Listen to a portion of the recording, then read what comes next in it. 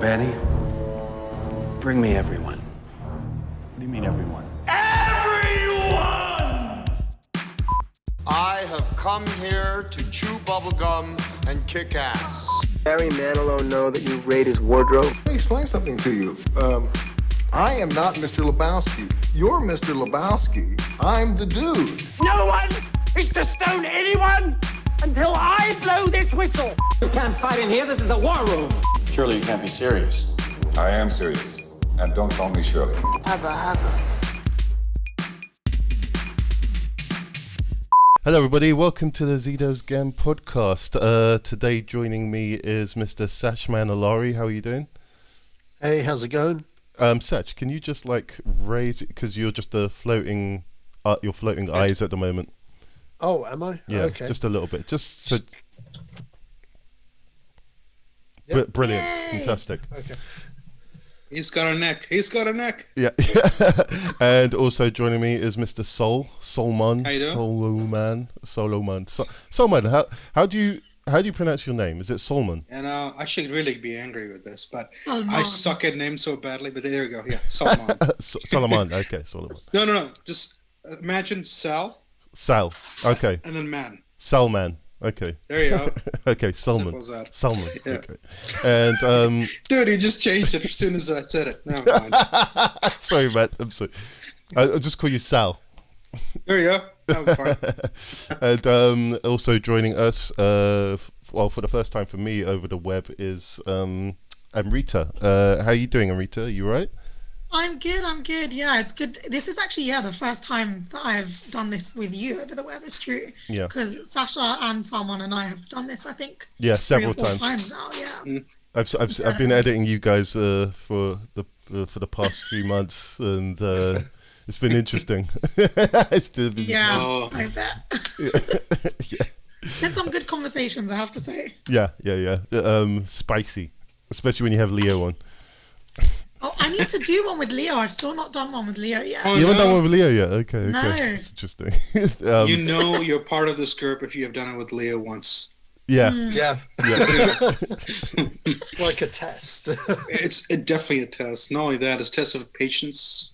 Yes. Test of social norms, test of your simply withstanding absurd scenarios and vulgarity and essentially racism and discrimination and everything combined.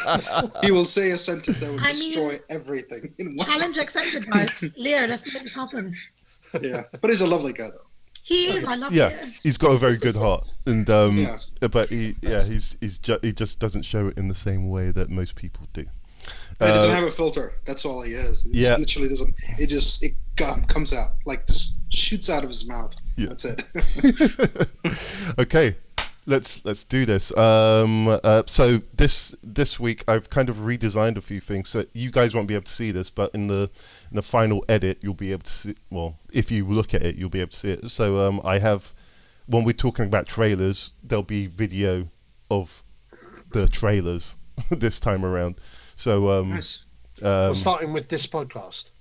Yes, this one today. Yeah, I've figured out how it works in OBS now, and it seems to work very well. So yeah, and there, as we're talking about trailers, I guess those are the first topics. So I'll pass it on to you, Sach. What's first? First trailer we have is Mosul. Okay. It's directed by Matthew Michael Carnahan, who did. What did he direct? No, this is his first film as a director, but he's mainly a writer. He wrote 21 Bridges and Dark Waters that came out earlier this year in this country with Mark Ruffalo. Mm-hmm. And he did State of Play and Lion for Lambs. I'm interested. I like the look of this trailer.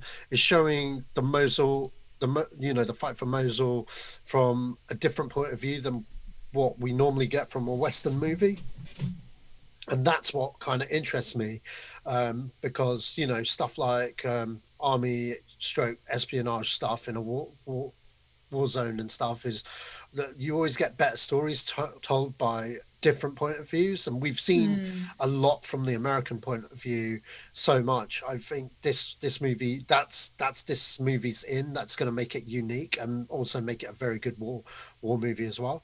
I like his track record with the scripts that he writes, so we'll see what he's like as a director. I thought it was a solid trailer. Lot of new talent in this film, it looks like, or at least to me. I've not really seen any of these actors in anything, so I'm kind of looking forward to it. What are your thoughts, guys? Sol? Actually, I know this guy very well because I've seen literally everything he's written. I mean, his first film was The Kingdom. It's based in Saudi Arabia. It's about a bombing there, and it's done really, really well. I mean, he's done Line of Lambs. He's done World War Z. He's written that. Sorry. I kind of left that out because I don't like that one. But you know, I like his other films though. Right. Well, essentially, Dark Waters was brilliant. The Kingdom was brilliant. Yeah, Kingdom. I have a feeling I think this is similar to Kingdom, except a little different. That he's taken the perspective of the locals, as in what are going to Iraq. It's going to be fun in the sense that the action looks amazing. I hope the story goes as well. I mean, as well as the action, it accompanies it well. Then it'll be great. I mean, especially if you look at what was it, Kristen Hemsworth did, the Bengali movie. I mean, if it's something similar to that and on Netflix, I'll be very happy. But if it's better, then it'll be great. And with this writer, I think it has a potential to be better and be a lot better. I would call it a great movie. I think I agree with that, to be honest. Like Sacha said, I'm excited to see a film with a different perspective. And honestly, I know people want to talk about Netflix versus Prime versus Disney versus all the other streaming services. And one of the things I genuinely love about Netflix is the fact that they do champion and celebrate storytelling from all over the world. Every country that has Netflix, they kind of show their media to the rest of the platform. And I really do champion that. I think it's a great thing that they do that. So for me, especially a film to do with this kind of subject, I'm intrigued to see it from like the Iraqi side, like with the language, with the kind of point of view, SWAT team angle, all of it. I'm intrigued. Yeah, that's a good point. Actually, it's a better point that I would make in regards to Netflix or Amazon or anything like that. In regards of its reach, yeah, I guess that is actually quite a major thing. For me, the reason why this trailer didn't work for me is because of editing. When you're reading subtitles and there's a lot of quick cuts, you have to. It's very difficult to correlate what's going on between scene to scene if the cuts are very quick, and that's what broke this trailer for me. It looks good. Besides the editing, I need to see something that's a bit more linear. I say linear. It is linear, but I need to see something that's less fast paced, so I know what's going on. That's my only criticism of it, is its editing. But beyond that, it looks interesting. It reminds me of Green Zone. Definitely. And because Green Zone had two perspectives, and that's what I like about Greengrass's films anyway. It shows you. It did that with Captain Phillips as well.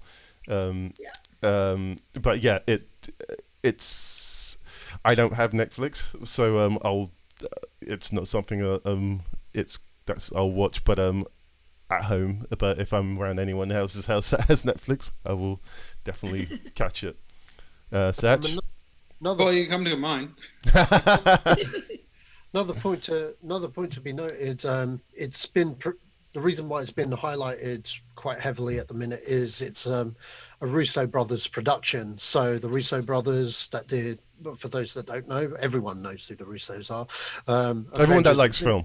Yeah, everyone that likes film. So Avengers Infinity War and the Avengers films, they're using their Avengers money to get a lot more content out there now that they've kind of semi-retired. So from those movies for the time being. So yeah, another one for them.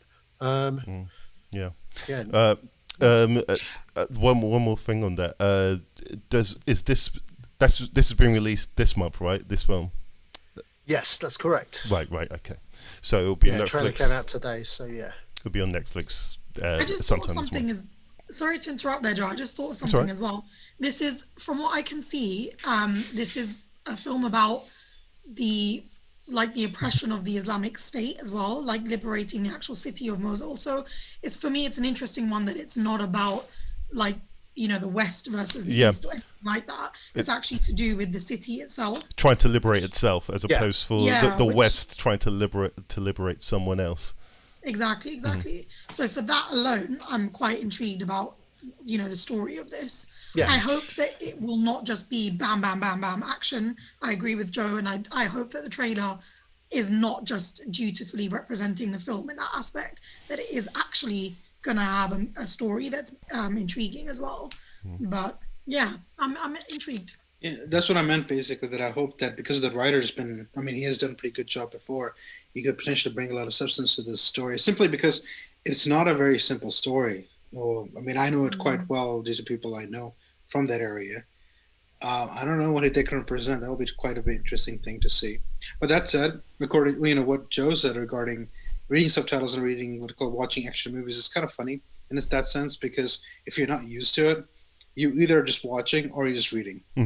And I watch a lot of like Scandinavian murder mysteries and stuff like that on subtitles, so I've gotten used to it. And you're right, it could be the downfall of the movie if they're not done well. If having done subtitles before films, you always get notes. This is too fast. No one can read this. Can you keep the subtitles on for longer? So and so I'm sure the film won't be like that. I think that's just for the trailer. But if it is, that's. Oof. No, do you remember the comedy movie Taxi? Yeah. Right. So the original was French, right? Yeah. So every time you watch that, because there's a lot of action, because him, you know, driving like a maniac, but also chasing the girl down, and speaking of like a ridiculously fast pace, I remember I couldn't like keep up with what on earth was going on, so I just ended up just watching the film and not reading anything. You just like, I'll understand it. You're just going with the experience. Okay, that happened. Exactly. So if it's that type of film, then you'd be fine. Yeah. If there isn't that much in it, but if there's a lot of stuff that they actually going to talk about, then you're right. It needs to stick around for a bit more on the screen so we can read everything and actually observe everything else. Yeah. It's difficult though. Like I watch a lot of like Hindi films, like from India and Spanish.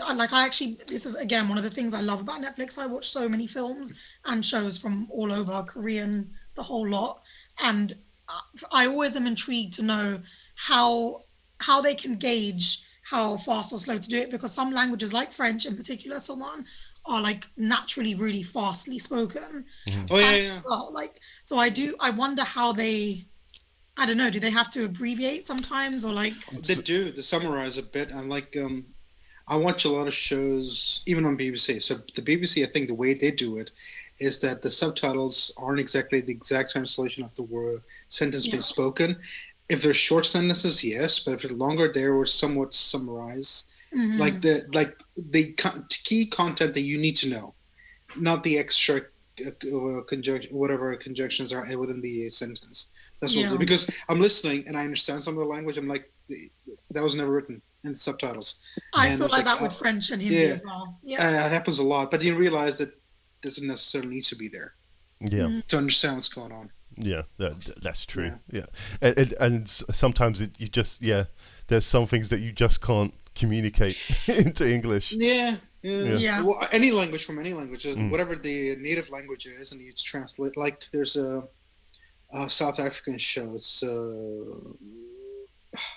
but it's done in it's not Afrikaans. It's done in that clicking sound language. You guys know? Oh yeah, it's like an old African language where it's just they use a series of clicks. It's spoken in South Africa. I'm not sure what's the name of it. I forget it. Anyway, it's a really really funny show. But the thing is, all my friends love it, but translation does not help at all. Right. Because you just can't get the gist. And on top of it, obviously, I have no idea what the culture is. Right. So whatever the cultural attachment to the what do you call it? To abbreviate in with hands or a mute some kind of gesticulations. You don't have any links, so you simply don't understand what they're talking about. Even if when you get the joke, you don't really get the joke.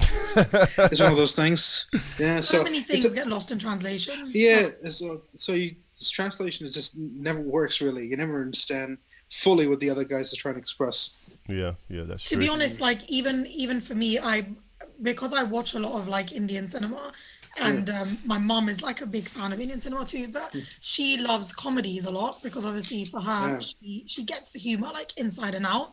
Whereas for me, I prefer the drama and the more serious films because they're more faithfully translated. You can't translate a lot of the humor like exactly as it is in English. It just doesn't make sense. It's an interesting thing how you perceive the film then. So I'm from Pakistan, Lahore, so we speak Punjabi. There's a lot of Punjabi stage shows, which every time I think if they translate this, they'll just simply ban it because it's so awful. I mean, a lot of racial discrimination, that sort of, because it's taken very lightly in that culture. Because everybody does it, and it's socially accepted, but it's not here. It's not only here, it's actually against the law in some cases. So it's like, oh, they would never translate this. So whenever they comes here, they not only translate it, they'll give you a completely different meaning, a completely different joke, because they know if they translate that, they will say, oh, you can't say this. It's unbelievably bad. Yeah, that's what happens. Anyway, I think we should move on. Yeah. Well, following that commentary, Sach, what's next? What's next is Breach, starring Thomas Jane and Bruce Willis and some random guy that's quite blatantly the lead. That's a nobody. This is a straight to DVD film, quite clearly as it says on the trailer.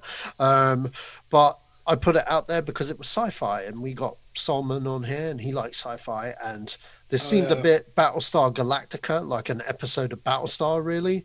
It's about a junior mechanic who I'm assuming is the new guy, played by Cody Kelsley. Yeah, okay. He's aboard an interstellar arc to a new Earth. Yeah. Kelper, whatever that planet is out there, maybe. Must outwit a malevolent cosmic terror. Intent on using the spaceship as a weapon. Okay, fair enough. It looked like, I thought they were zombies. I thought the people had been infected by that trailer. But anyway, Bruce Willis is in there. I'm assuming by the trailer, because I thought he was the mechanic when I read that description. But then I was like, oh, it's the young guy. Bruce Willis is obviously the older guy. You know what I mean? Maybe his co-worker, because Bruce Willis didn't look like Commander Bruce Willis or Soldier Bruce Willis. He looked like Bruce Willis. Bruce Willis, but doing a Steven Seagal from Under Siege, where he's like, I'm just a cook. But, you know, but I don't know, man. Like, I thought the trailer looked okay for a straight to DVD thing.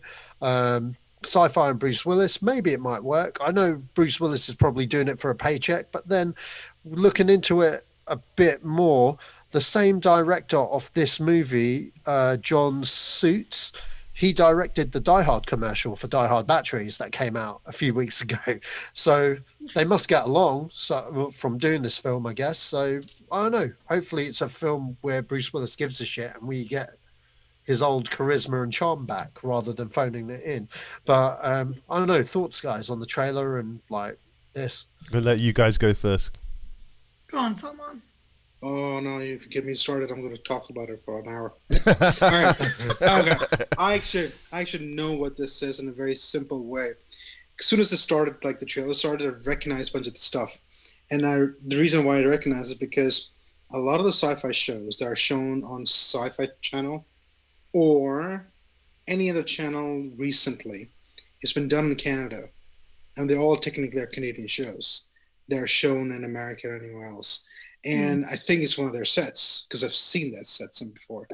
I'm not joking. And I think it's Space TV's probably one of the old studios they've used before.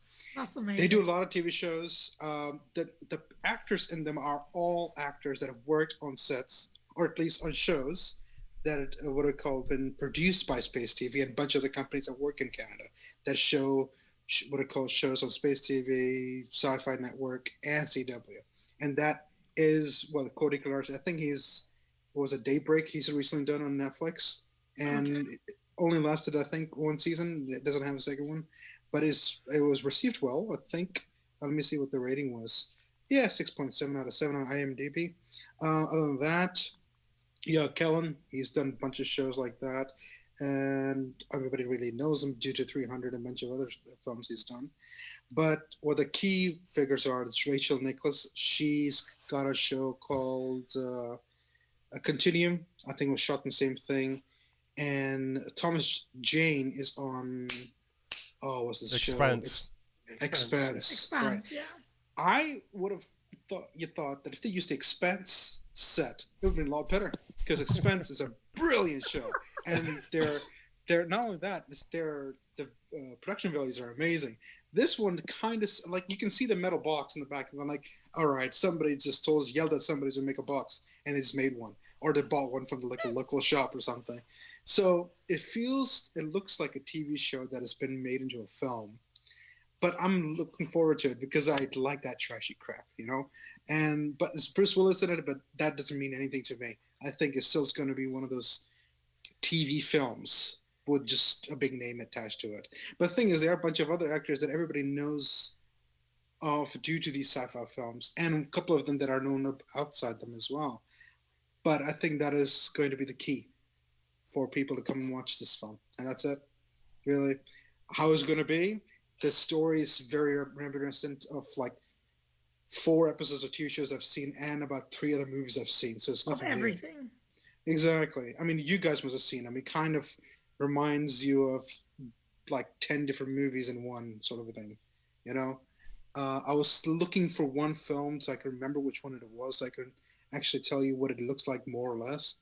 But thankfully, I don't remember it right now. Otherwise, you guys will keep on thinking of that film, TV show, and watching this film, and it's not going to help. But yeah, I'm looking forward to it. Amrita? I think for different reasons, I'm kind of the same. Yes, it's a Bruce Willis film, so for that alone, I'm probably going to watch it. But I also, this is like a shits and giggles film for me. I'm not expecting it to be amazing. I honestly couldn't care less at this point in time. We're on lockdown number 2, people. I kind of just want anything that's vaguely entertaining. And this is that. And yes, it's probably the same set as many other things, but I can also probably forgive that because we are on lockdown. Everyone else is probably on lockdown. They probably just got together and thought, we need more money. Let's make another film.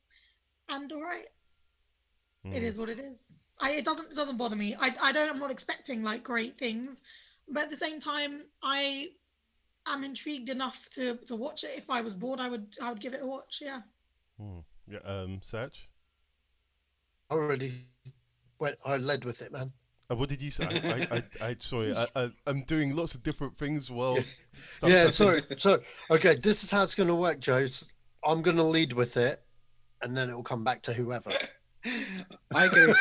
This happened last week, didn't it? Yeah. So what did you think, Joe? I've worked on a film like this before. What's the film called? I struggle to remember what the film's called. I worked on the titles for it, and if it's as bad as that, then I pass. But what it does, invokes. Has anyone ever watched The Red Dwarf here? Yeah. Okay, so so it reminds me, because The Red Dwarf, it had a sense of it knew itself, and it knew its own gag, and even the sets were badly made, but that was part of the charm of the show, and and some of the things that they had to fight every week. It was okay. I get this show. This is what this film looks like, a higher budget version of Red Dwarf, or Hitchhiker's Guide to the Galaxy or something.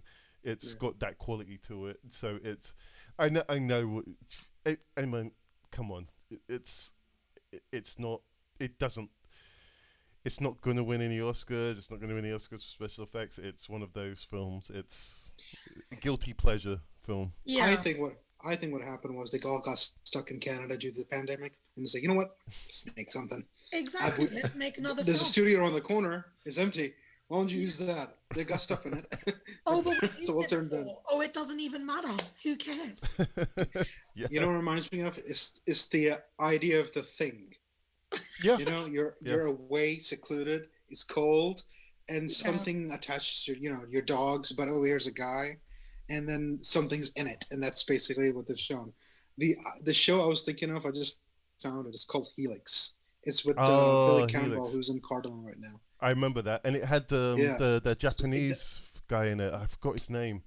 He was in a. That's what I was looking for a long time. Hiroki. Yes. Hiroki. I know him from The Ring. Yeah, That's the first thing I ever saw him in, and he's been in a series of TV shows and films, and he's opposite. Yeah, he's in so many things, man. He's Tom Cruise of Japan.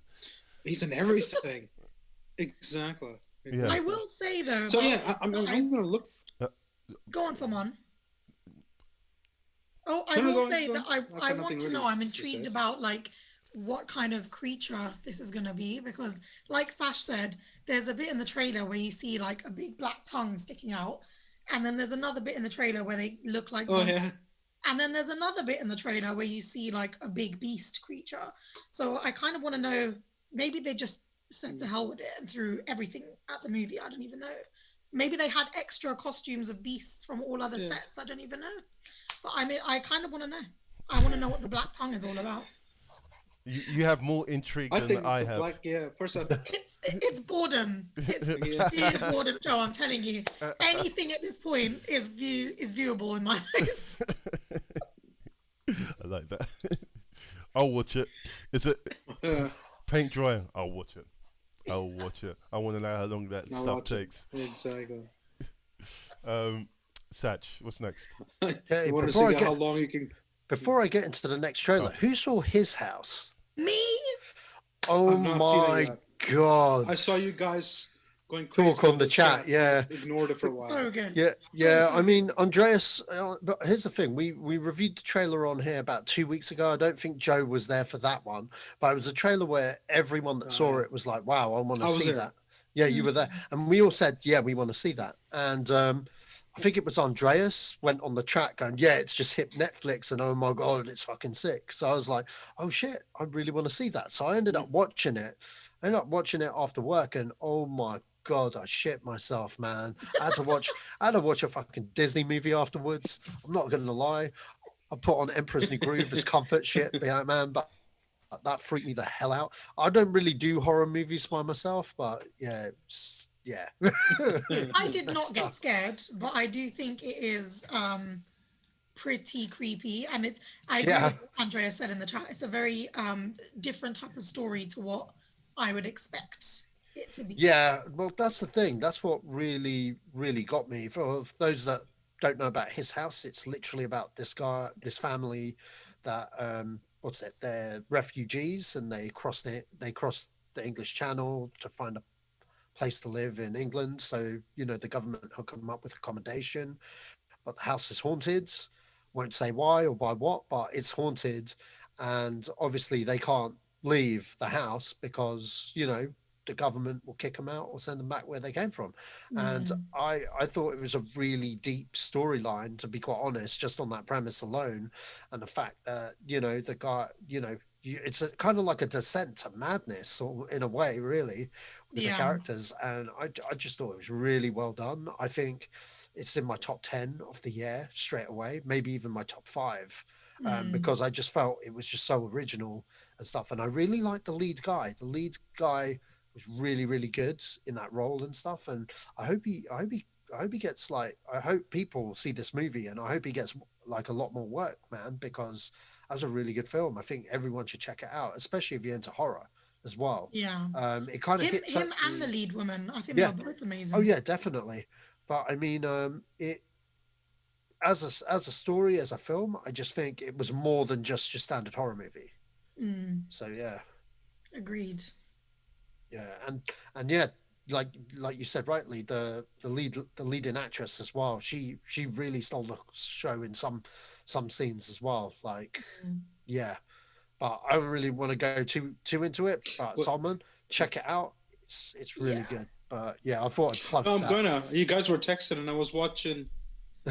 You guys were texting, going crazy about it, and I was like, "I'll watch it." But at that time, I was watching Truth Seekers, and that was. I mean, it was all right. But you guys heard of it? I've heard of it, yeah, but not seen it. What was it called? Yeah. Truth Seekers. Truth Seekers. It's Simon Pegg and his. Oh yeah, I started watching it the other Nick day, Frost. but Amazon Nick went Frost. down. Right. It's good. Not brilliant, but it is definitely good. I mean, it's a good time waster, and I'm actually more intrigued now at the end of the show because I hope they make a second season because it ended really well. But in the middle, it kind of lost its way. I think you need that team works with Simon Pegg, Edgar Wright. Really, all three of them work together really well. Simon Pegg, Nick Frost, and Edgar Wright. They're quite a team. But yeah, I'll have to get through the series. After that segue, trailer. Oh yeah. We've got another thing. Happiest Season, a Christmas movie about a couple that go to see their parents. Well, one of their parents. Yeah. Christmas movie. I felt the trailer was a bit tad predictable, but interesting nevertheless. The director's Seal, what's it? I can't pronounce her name. Seal Duval, and yeah, she's an actress. She's been in loads of films like The Faculty and loads of other stuff. And I think this is the second film she's directed. She's directed some TV as well. But yeah, I think it looks good for a rom-com. It has a decent premise, I think, and I thought it was a Christmas movie. It's a Christmas movie stroke rom-com. It can be both, surely. Yeah, it can be both. I guess so, yeah. Yeah. Aren't most Christmas movies rom-coms, let's be honest? Most of them nowadays. Joe, do you know of this? Essentially, is a phenomenon that it's been going on for the last 15 years. Hallmark Channel and some other channels, I forget what the name of it. They make 30 Christmas movies every year. Damn. It comes on every day. One of them comes on every day. On this, I think from 20th of November until Christmas Day. There's like the Christmas channel as well, and Christmas. Exactly. And all Well, that. no, we have the Christmas channel in the UK. I mean, I'm talking about in America as that. So over here, they put it on the Christmas channel, and they put it on Channel 5. Yeah. And for fuck's sake, it's been on for the last Everything's on week. Channel 5. Yeah, on Channel 5 is for the last 5 days. This shit's been going on, right? Like every time I switch it on, it's there. So there is a movie that I've recently seen. I think it's almost the same thing, but it's just two black guys. It's a white chicks. Or white guys. No. It's the same scenario. Right. Okay. Yeah, it's just guys rather than women. Okay. Get it? I think they've already done this. So it's just now. I don't think those two guys. I think those two actors are from TV. I don't think I've seen them on film. Right. And these two actresses are from film. So there you go. Well, I'm gonna. This isn't gonna be long. Don't like Christmas films really. What about Die Hard? Do you like Die Hard? I don't count it as a Christmas film, but boo! it's just a Die Hard film to me, and that's the way it will stay. Come on! It's not. It's whatever. Hold on. Out of all 4 of us, do you celebrate Christmas? Who celebrates Christmas here? Yeah, I celebrate Christmas. I do. Oh, you all do? Okay, so I don't. See, for me, Die Hard is a Christmas movie because when I'm at home not doing anything, I'm watching Die Hard. Fair enough. I'm watching Die Hard and all the Lethal Weapons. I mean, all the cop movies. You know what I mean? Yeah, fair play. And every channel will show you Back to the Future and Indiana Jones. So you don't have to, How's there not a cop movie where a buddy cop movie where you've got like Father Christmas as like one of the duos. Oh, So make the film. Yeah, I'm done with this. You can carry on, Amrita. Oh, so I'm okay with this. I love Christmas films. I'm not gonna lie. They're most of the time they're shit, but they're always fun. I like the whole spirit of Christmas. My family is not they're very lighthearted. But yeah, I'm down with it. Why not? And for this, I'm kind of like, this isn't anything new, this particular film. And Kristen Stewart is an interesting one for me because probably quite controversially, I do like her. I think she can be. Why is that controversial? Because a lot of people think she's just, Bella from Twilight. In the same way they think Robert Pattinson is just Edward from Twilight. But actually the two are really good actors. And she has her moments where she's actually fantastically good. And I feel like lately, this Charlie's Angels, like a few other things, I feel like she's just forgot about that. Yeah, like, I mean, that was crap. I enjoyed it, but it wasn't anything amazing. And I feel like she's just kind of riding the easy money bandwagon for now. But then again, there were points in the trailer that did make me laugh. Whoever her like gay best friend is, Mackenzie Davis. Here for him. Yep, I'm here for him. That's the guy from what's that show on Netflix called? Dan Levy. Shit Creek. Schmidt. Shit. Is Creek, it? yeah. It's not the guy from there, is it? Yeah, it is. Yeah. No way. Okay. Yeah, I love him. He's the writer of that thing. He's the creator of that thing. Yeah, okay, because he made me laugh. But I don't know. I'm a sucker for Christmas and I'm a sucker for love stories. I'm a sucker for rom-coms. So I feel like this is probably one I would watch just anyway. But do I think it's going to change the world? No. Do I have high expectations? No. I thought it would as Kenzie Davis is fantastic though. I think she's had a rough ride with like the Terminator film, but you know what? There's a TV show. She's been in other films. Oh. Yeah, there's a TV show called Halt and Catch Fire on Amazon Prime. Fantastic show.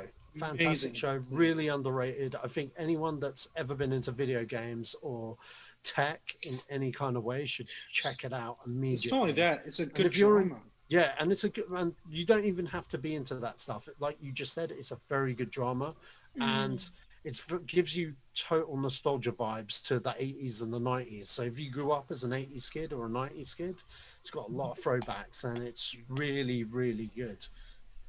Let's not forget as well, Aubrey Plaza, I love her. Yeah, and she's Alison great. Brie, I love her. So cast-wise, even Victor Garber as well, like as I think the girlfriend's dad in it.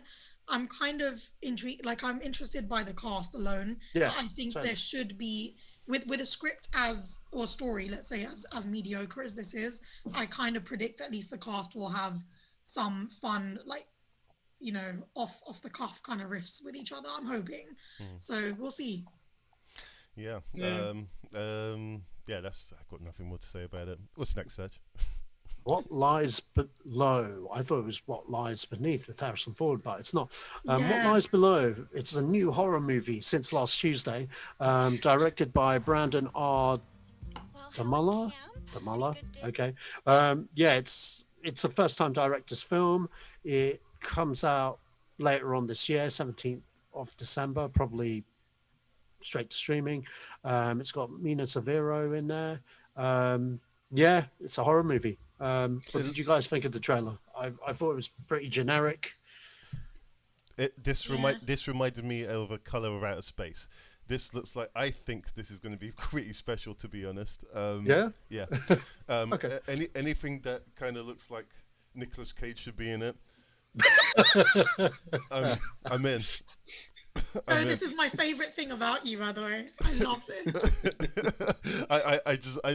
I love kind of, ever since I've seen The Color of Outer Space, as wow, this is his genre, and anything I try to look for anything that's kind of weird like that. This is just that film. I still need to watch that. Be careful with that film. Watch it.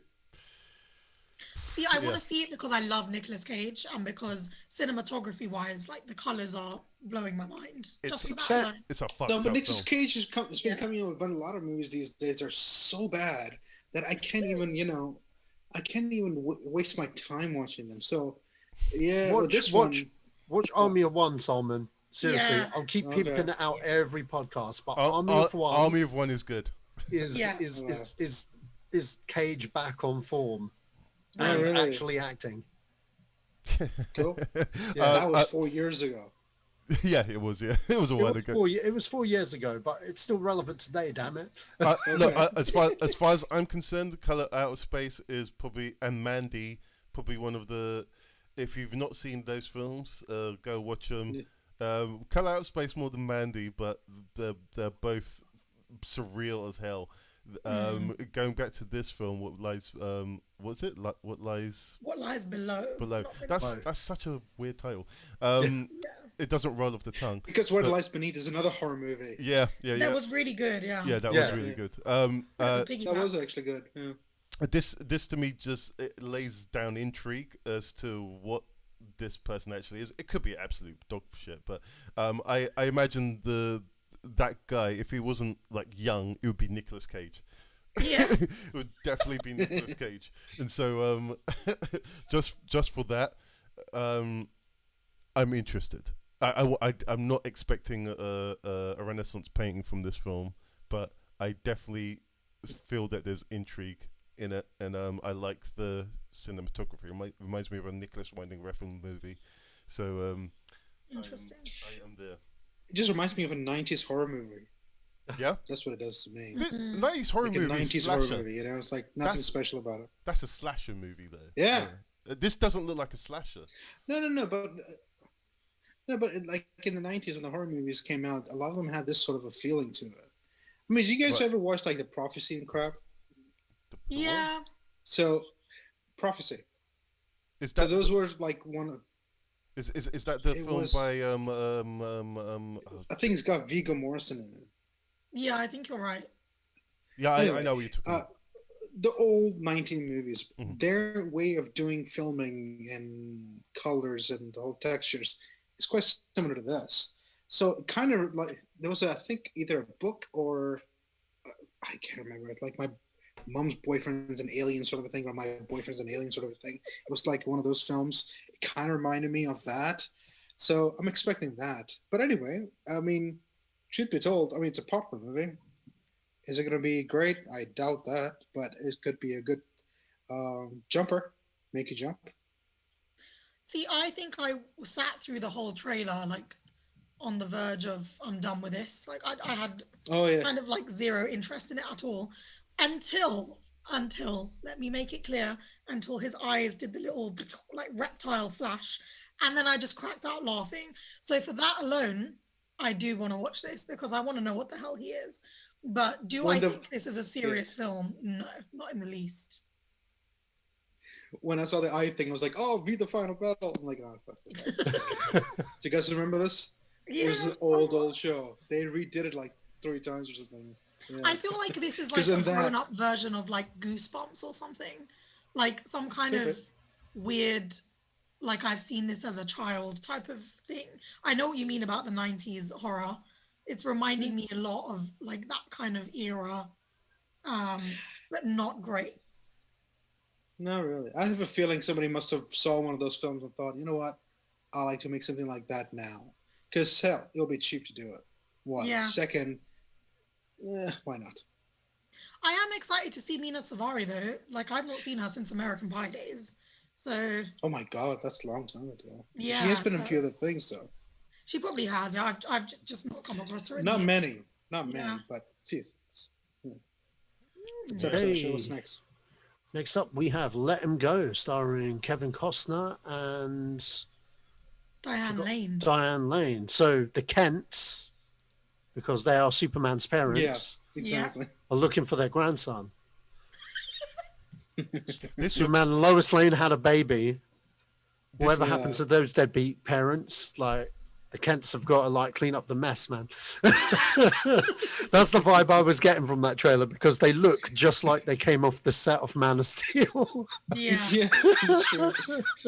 like literally look like they come off the set from Man of Steel. And then when you watch a Man of Steel in the way like Smallville is shot, It's kind of like a similar kind of vibe with the tone and shit, with the color palette there. But no, seriously, I felt this looked pretty good. It had me with the trailer. I felt I like a good thriller, and yeah, it'll be interesting to see what they do there. So yeah, I was really keen with this. Like, this is probably my favorite of all of the trailers today. I first of all, can I just say how incredible do both Kevin Costner and Diane Lane look? I mean, if I could age as gracefully as that, good lord, they both look incredible. But I also think the story is one that I think is going to get a lot of people's heartstrings going. Obviously, the issue of like the widow,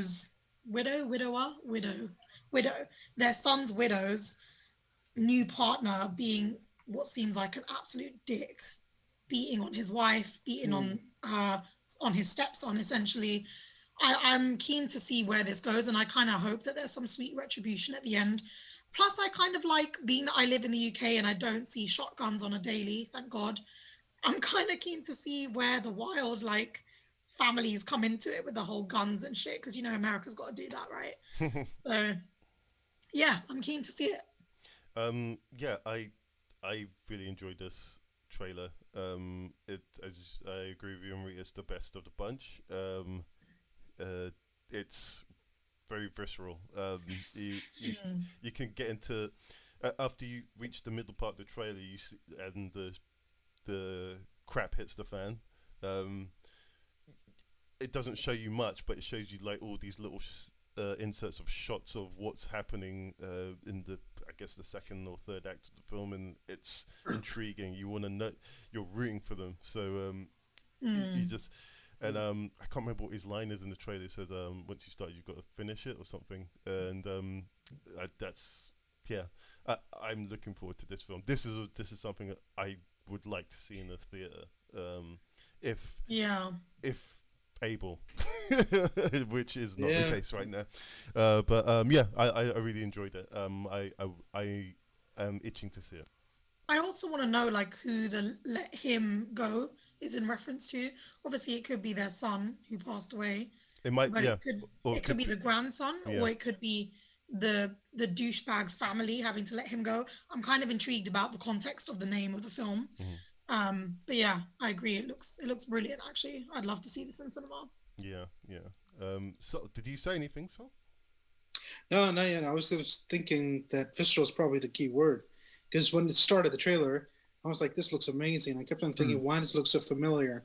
And I thought, "Oh, it's because he's been doing Yellowstone, and they do to take that massive shot, those wide landscape shots, the old school shots they tend to take before.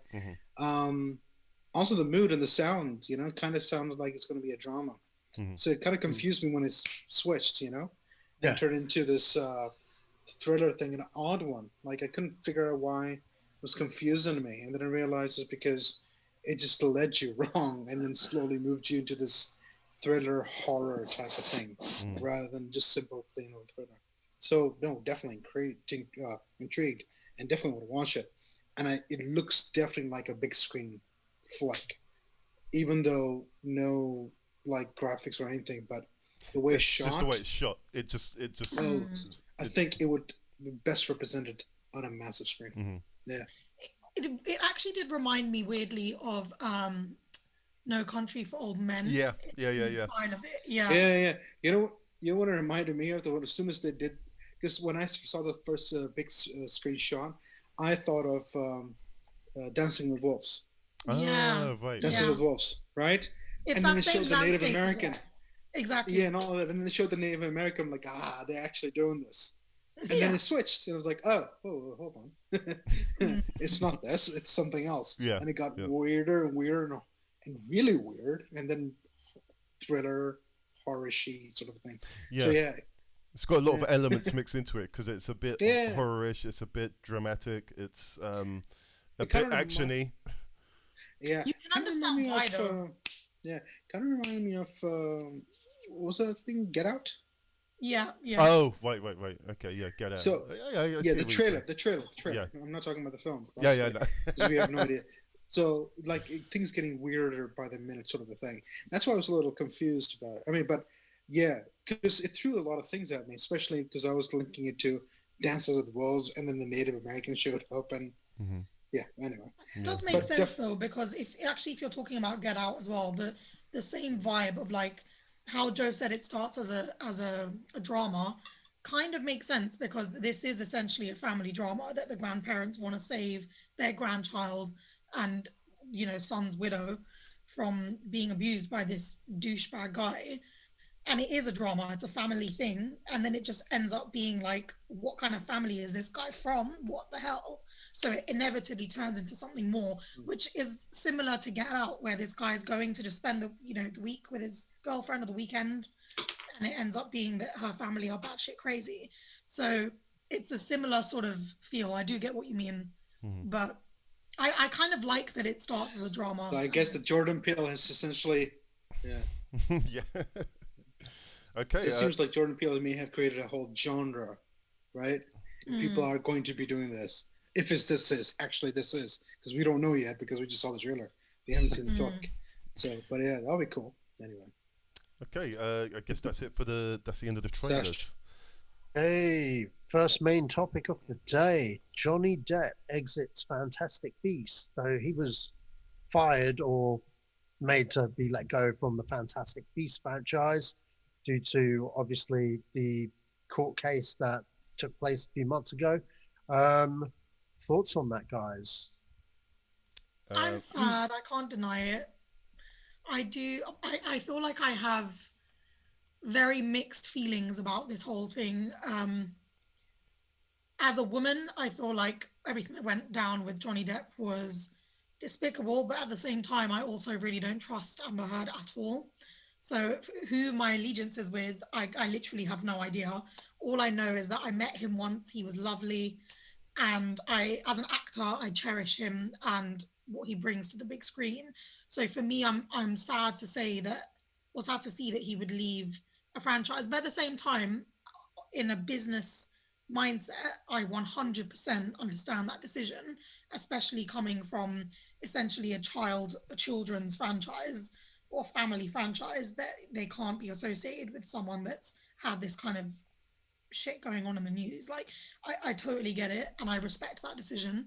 And also, as a Harry Potter fan, this is not the first Avatar that we've seen of a character. Like, he was Jamie Bowell Cancer, what's his name?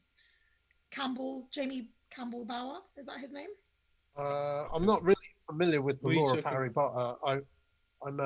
What is that? The guy that played him in the original film? Yeah, so like in the Harry Potter films, he was a much younger character in one of the flashback scenes. Not much younger, but probably a few years younger. And I'm pretty sure it was Jamie Bell Campbell, whatever his name is, but he played him. So for him to change again it's not the end of the world, but it's a shame. I just feel like it's a shame for Depp more than anything. And fans of Depp, but people will get over it. I don't think it's gone. No, you go. I find it really weird, and the reason why I find it weird is because he's not been convicted of anything. He's not been, and this is also a libel case between a newspaper himself. This has nothing to do with Amber Heard, actually. It has nothing to do with anything, really. Yeah. What I find really weird it's to do with the is Sun. It's it's between him and the newspaper. Whether they could, it's whether they could say whether he was they could say that he was being Amber Heard or not. That was It's not even that. What it is that the judge simply going that this paper has sufficient amount of paperwork essentially that has been presented to the courts, which by the way hasn't come to the end or anything like that, for them to be allowed to say what they want to say. So it's not a case. It's not a case of whether he did it or not. It's a case of whether they've. No, I'm just explaining. It's not a case of whether he did it or not. The whole court case was whether they had the right to say what they said. Yeah, Given on what evidence they feel that they believe that they had the right to say that. Exactly. So, and because it's a libel case, it's not like a murder. If it was a murder or something like that, you need a 100% conviction. But because it's a libel case, you only need a 51% conviction in terms of the evidence. So exactly. But it's not even a libel thing. Even if it's just an actual man beating his wife, someone who's committed an assault, even in that, right? If that was the case, and then that was the actual case, that is the legal case, and he was been convicted, he would have been in jail, right? So we would exactly. I mean, nobody had an option of doing anything else, really, simply because the dude has been found guilty and it's in. This has nothing to do with that. It's simply saying what the newspaper can and cannot say. So I find it weird that they would let him go because of that, simply because it's optics. It's it's optics. It's not only that. It's also the fact that nothing would change from now and then, and what it has been going on the past 3 years, right? It's simply saying, because a newspaper can call him this, and from now on, right, until he can do something else or does something else, we're gonna let him go, and that's it. Well, he's still got another case in America, defamation. But I think that will be more important than. It's a bigger case. Yeah, that will be more important. All I have to say about this is that at least he's still getting his pay package, and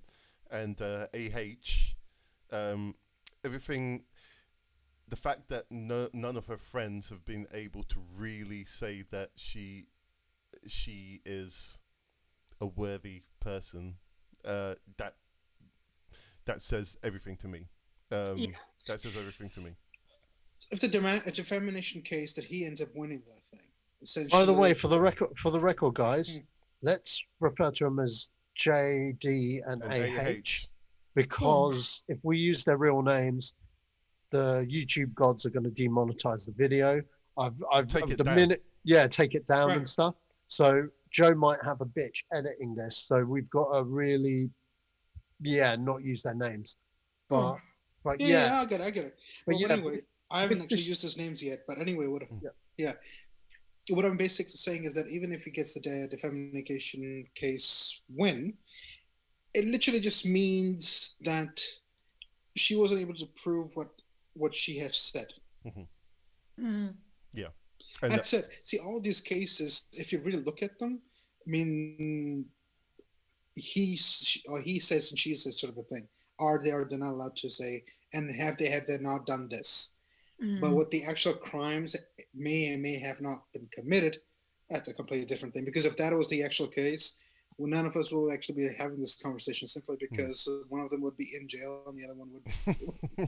And that's it. That's the key thing, though. Like, no one's going to know what happened or didn't happen.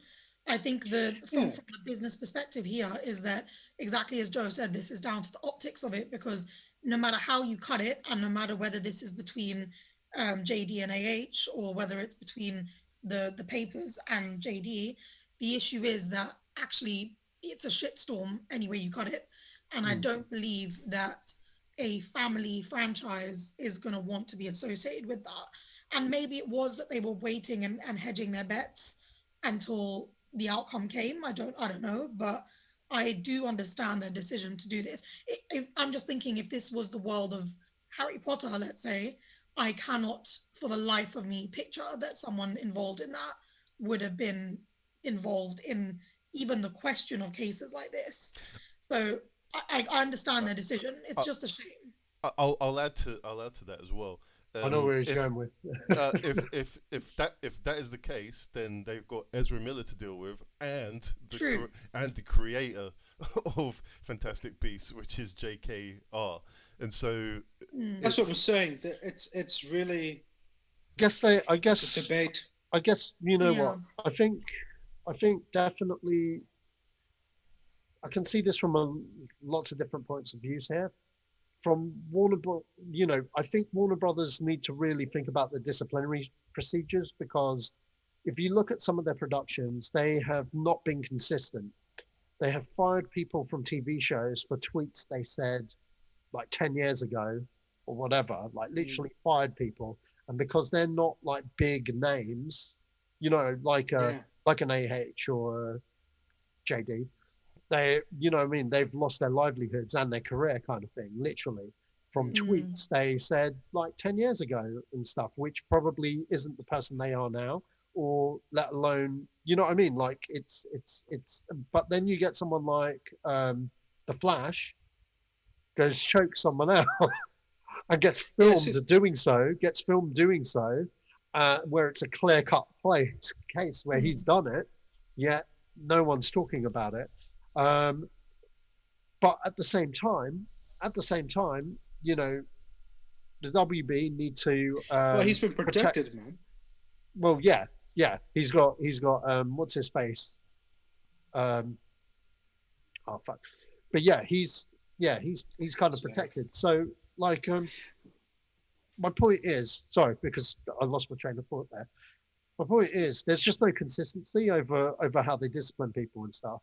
Second of all, I totally get where Amrita's coming from, because you can't really fire JKR because she's the creator and stuff. It's hers. But at the same time, it's a Warner Brothers property. You know what I mean? They can, with the Fantastic. Is there Warner Brothers property? Well, there's a whole loophole with that, and it's kind of like, if they wanted a different screen, here's the thing: they could get a different screenwriter and base it off of her ideas. Do you know what I mean? But she's been the sole screenwriter of these ones, and it all depends. That's true. It all comes down to whatever the contract she signed with them as well.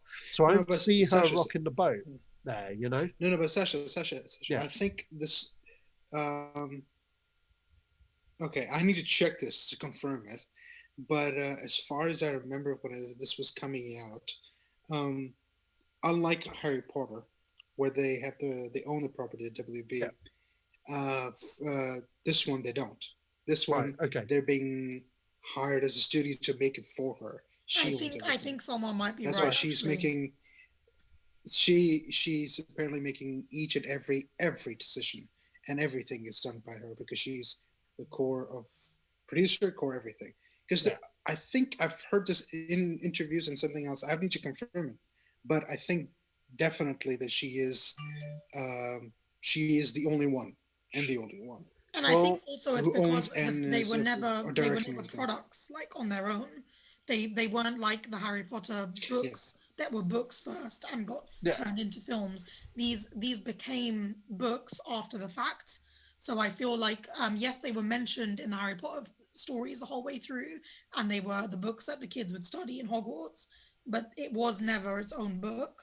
And I feel like she's, through her website and everything, anyone who's a fan will know this, like the material's been up there of her writing and things for decades now, but she'd never done it into any other product. So I think Salman may be right here that actually the ownership of that is 100% hers. Okay. Well, the point I'm trying to make is I think it started with strike. Yeah. Anyway. Anyway, the point I'm trying to make here is that there's like three red flags there. You know, JKR, you can't really do anything with her because, you know, she's the creator and it's quite a big lucrative IP for WB. Mm-hmm. With the Flash situation, well, I don't know what the hell that is, but you know what I mean, they're clearly not addressing it. So I can't really speak for that other than I think it's hypocritical. But with JD and AH, I think this production can't afford any more controversies, you know what I mean, surrounding it. It needs to focus on the movie. You know what I mean? The buzz should be about the movie and not about actors' personal problems, which is harsh to say because I'm a huge JD fan, and I've been quite vocal that I'm team JD, you know what I mean? Because I've kind of looked into the case, like everything. I've seen court documents because you can look at that stuff online, video evidence and stuff. And I do think he's the victim. I do legitimately believe he's the victim and he's been put up. But saying that though, you know, it's not a clear-cut case. Hasn't been from the start. He does have things in his favor, but like Salmon said earlier, it wasn't about whether he legitimately did it or not. It was about whether the Sun had the right to use that word, as you know, and that it wasn't just slander, that they had enough to go on to use that, which is why they fought hard. But yeah, I just think it's just a bit of a weird one for Fantastic Beasts fans, because you know, you would have thought that Avatar would have been. I've seen the two films, by the way. I'm not the biggest Harry Potter fan, but by my limited knowledge of Harry Potter, which is just the movies, I would say, you know, that Avatar would be. I would have imagined would have been his true form, right? Or what we would have believed to be his true form. Yes, but you know, I'm going to add another interesting layer to this. Okay. When they first cast him in the role, I'll be honest, and I absolutely love JD, love him to bits, but I think he was never my choice that I would have put him in the role anyway. Yeah. Judging by the description of the character, of what he's supposed to look like, he didn't really fit that role, which is why we ended up with a guy with bleach blonde hair that looked kind of odd. But yes, he was supposed to be the character's like true form. But as I said, like, this is not the first time that they've replaced Grindelwald's character. So it's not the end of the world. It's just a shame for the man. And I guess he knew when all of this started and when things started coming out in the press like a few years ago that this type of shit would occur, because you are a public figure at the end of the day. And I agree with you, Sash. I'm team JD as well, actually. But I think it's unavoidable that totally would lose work inevitably as a result of this, no matter who is guilty. My whole problem with this whole thing is criminal justice and social justice. I believe that when people like to push the social justice agenda, right, there needs to be obviously consistency, right? Like we expect from the criminal justice. Either you do it or you don't do it.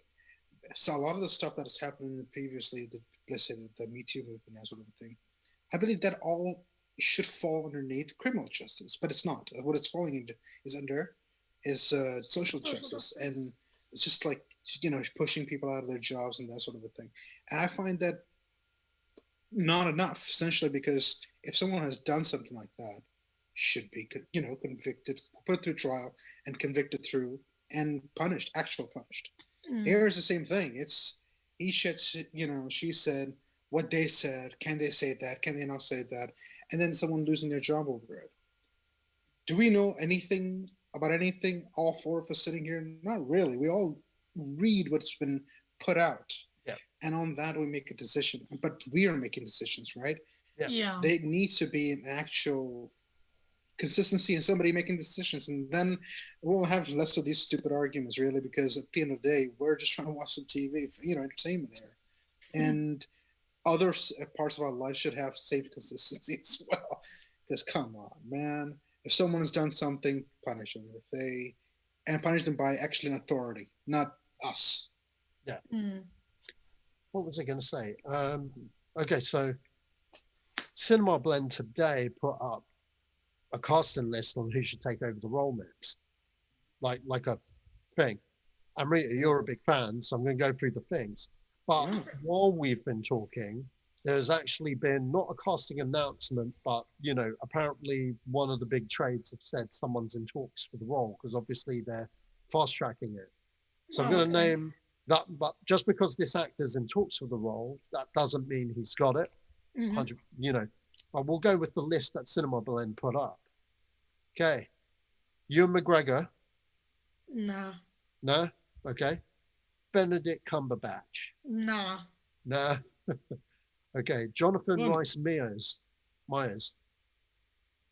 Who's that? Possibly. Is the guy in The Americans. Have you ever seen the show Americans? Oh, yeah. He's the guy. He's the Welsh dude.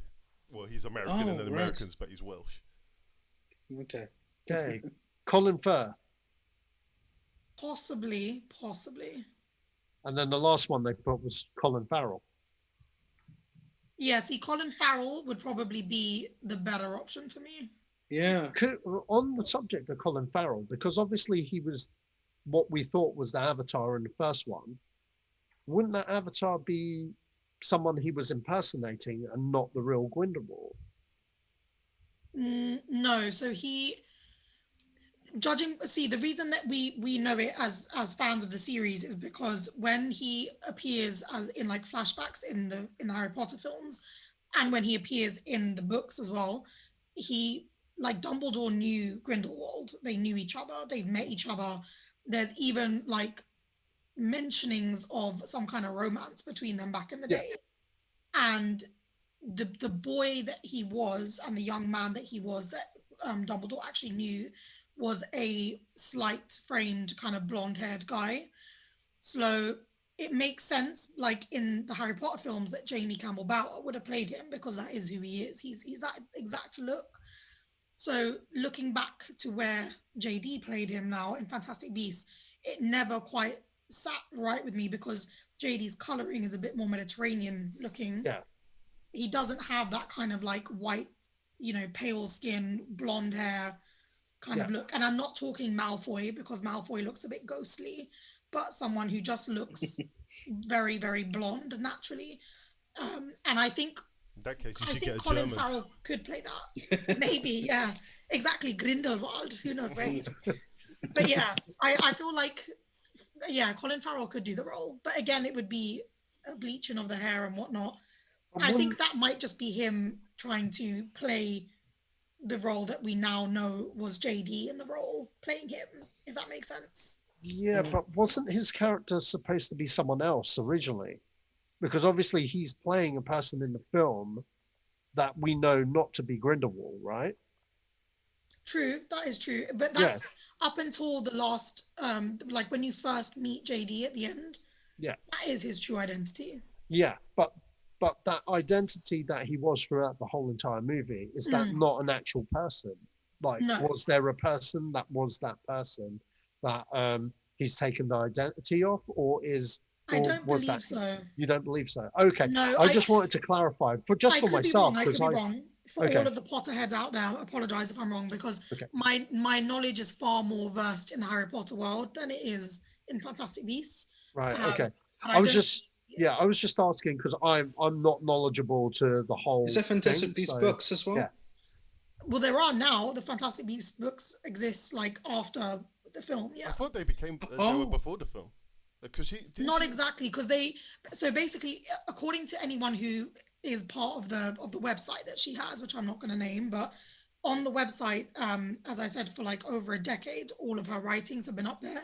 And in Harry Potter, the kids always studied, like, Fantastic Beasts was one of the core books they studied in Hogwarts.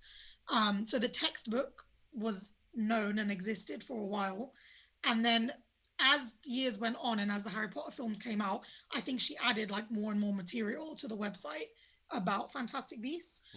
And then when it was announced that it would be turned into a film, I think at that point was when the book was released. But actually exactly the same with the Tales of Beedle the Bard, like where the Deathly Hallows come from and everything. Those were like kids' storybooks that exist in the Harry Potter world. She then around the same time created into books as well. So I think Joe's probably right that they came out, I think, just before, but essentially they were never books, and I think they were only created because the films were going to happen. Right. Yeah, I guess write the book first before the film. That's the same. Yeah. The same thing happened with the Lost World.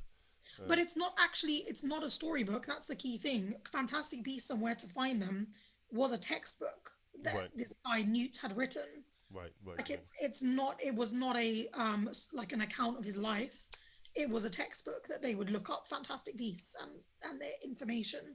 Like a Pokédex. Kind of, yeah. So like it's an interesting one to me because what she's done with the film is, I guess, create like an entire universe based in America this time that links into the Harry Potter world that we already know, but is completely different. So when the first one came out, there was so much excitement amongst us Potterheads because we were like, where is this going to go? Like all the different things about the different beasts and the different houses in the American school and stuff like that were all things that none of us had known before, unless we'd actively like followed the website. Well, to me, they look like prequels. In time they are. So they existed way before the Harry Potter world, like a good, I don't know, like 5-6 decades before, maybe more than that. So 5-6 decades probably before even Voldemort was around. So they are prequels in linear time, but they are completely different from Harry Potter. Nothing to do with him at all. Yes, I mean, set in the 1800s, right? Okay. As you were going to do, Sach. Sure. Okay. So next up, The Quiet Place gets a spin-off with director Jeff Nichols that directed the movie Mud to direct. So they're going into spin-off territories with the Quiet Place films. What's your feelings on this? I know the second film hasn't come out yet, which they're still doing with Emily Blunt. But yeah. I think doing spin-offs is, especially now, I mean, if it's something that, is it another film, or is it a TV show, or is it it's a film. It's another film. I guess that it would be cheap enough to put anywhere, really. So it could be made for cinema, it could be made for Netflix, streaming, whatever. I think there's space for it, for that to happen, I guess. The Quiet Place Part 2 is supposed to come out in March. Next March. The Friday before the lockdown, it was due. Yeah. And so they pushed it to a year from then. So that's a little bit unfortunate that it didn't get to come out. But I don't know what when we come out of lockdown, or when Brexit happens, and when America finally decides to have a president again. I don't know. I don't know when where does this sit? What does any film sit now in terms of cinema? I know AMC are due to run out of money in January, so I don't know. In terms of the film, the spin-off idea, fair enough. It's by the way, the spin-off is being co-written by this director and John Krasinski. Yeah, and John Krasinski is still producing it. He's not directing it, mainly because he's got other commitments. But yeah. Well, yeah. Again, hopefully, at least. It just depends on the landscape, because you have to be careful with what you write now, because your ink can cost money. Yeah. That's right. It just all depends, man. This is how I feel about anything that's announced now. It's like, can you do that? Is it viable? If you do sell it, will you make a profit? If you sell it to a streaming site, will you make a profit on it? How does the model work now? I know Disney have decided to, well, we're not releasing anything in cinemas anymore. So, what does the landscape look like now? Because to be honest, I think Disney moving aside from cinema gives everyone else a fighting chance in the cinema now. So,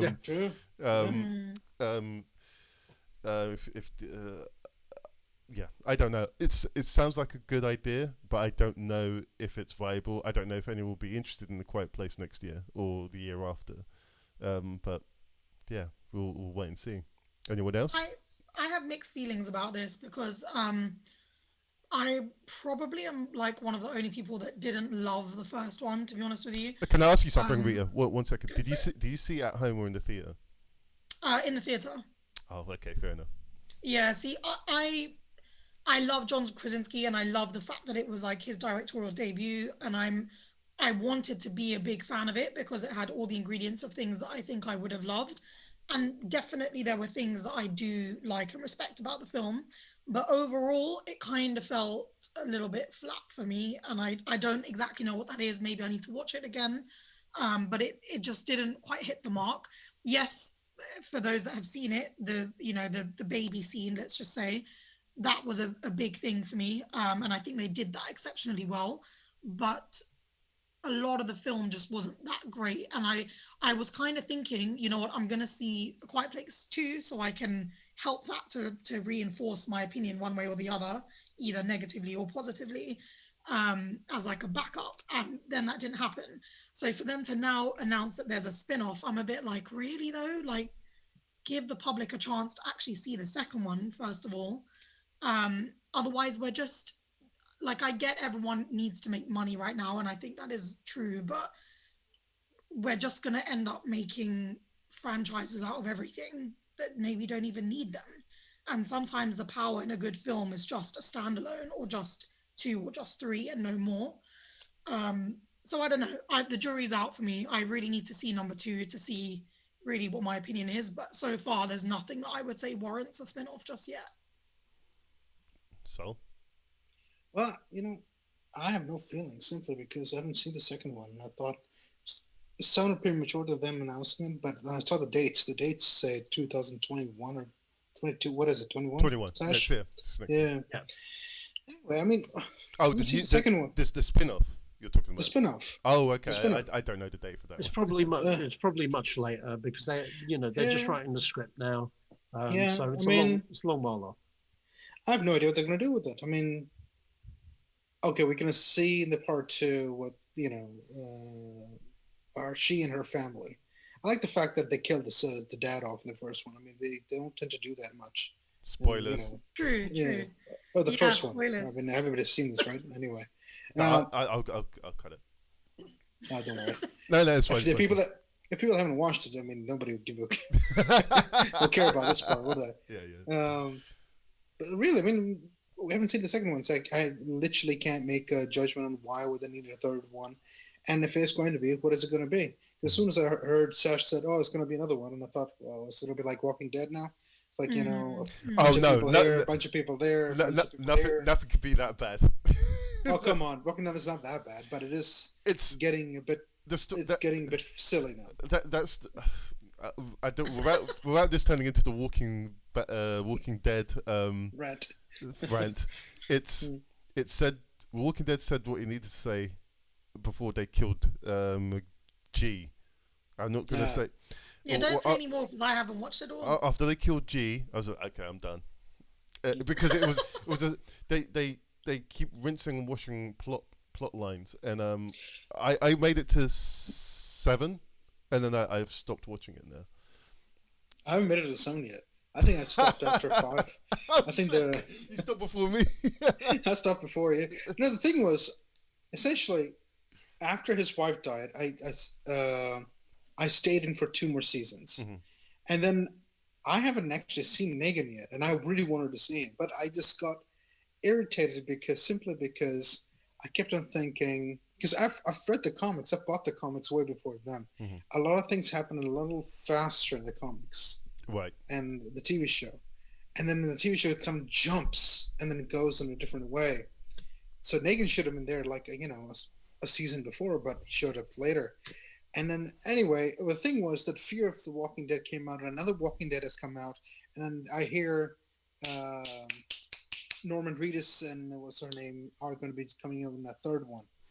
Or 4th one or something like that. So I just keep on listening to all of this thinking, you know what, I might watch a couple of more seasons of Walking Dead. I might finish it, but I have not started Fear of the Walking Dead, and I probably won't. I don't know, maybe I will. I'm obsessed with this sort of thing, but there's a younger looking Johnny Depp character in Fear the Walking Dead who's quite entertaining. Oh, that's cool. But going back to this, it's simply that The Quiet Place is one of those flicks, like that repeat film that we watched with Tom Cruise. What's the name with Emily Blunt and Tom Cruise? Oh, Live Die repeating Repeat thing. All you need is kill. Exactly. So, I mean, if it comes to that sort of film, you might want to know what happened before, right? but there won't be a third or a fourth because it kind of tells you everything. The Quiet Place kind of tells you everything, and you see a plight of one family. Yeah. And part 2 is going to be probably the same family. So my guess is the spin-off is going to be about a bunch of people. But that's what The Walking Dead did, and that's what a lot of people do. We're simply watching the same shit, just a three different point of views. Sometimes it might. I mean, sometimes it works, but I don't think it mostly works. I don't think it works most of the times. I don't know. I think the only thing that this spin-off will have for it that it's not zombies and it's aliens and you have to be quiet. That's the only spin that I have on it. It's not only that; it's quite challenging. I mean, I think they did a pretty decent job in the first one, trying to communicate without saying anything. Yeah, that I definitely will give the film props for that, for sure. It was engaging enough that I sat through the whole thing, still not really sure if I liked it or not, but I was engaged and I didn't feel that I was missing anything because of the lack of sound or the lack of talking or anything. And props to the family that are in it, because Emily Blunt especially, but all of them did a great job. The kids did a great job with that. So I definitely think was the most interesting part of the film. But even what you were saying about it being like aliens and stuff, like I somewhat, there's like a tiny voice in my brain saying I want to know more about these things, because the first didn't really tell us where they came from or anything like that. Didn't tell us anything. Exactly. But then there's like another part of me that's like, do I honestly care? No. Like, I've seen one family's plight of it, and I trust, like, it's pretty shitty, like it's hell on earth, especially the way the film ends. But I'm intrigued enough to see the second one and to give it a chance. But like you said, is it really worth having like a spin-off of this and going into like different perspectives and this and that? No. At the end of the day, I could do that with every single film. I want new material, and I want something that's not been thought of and that's different. And what was different about this that was a selling point was the fact that it was quiet. If you're just going to keep making that, it's no longer going to be new and different anymore. Yeah. I think we had this conversation before that we have to come up with new ideas, not redo the same ones again to create more business. And I know business needs new, what I call ideas to be doing in the future, and that's where the money will come in. And they definitely need that. I mean, Joe, what you're talking about, about seeing what's going to be in the marketplace anymore, especially during these days. I think they definitely need projects to come up with the projects, at least to start the, the actual exchange of money and work, even if the ideas are shit. But but the thing is, sometimes you just go. I mean, like I don't know who I was talking to. I think I was talking to Sacha the other day, and saying, I haven't seen anything new this past 10 years.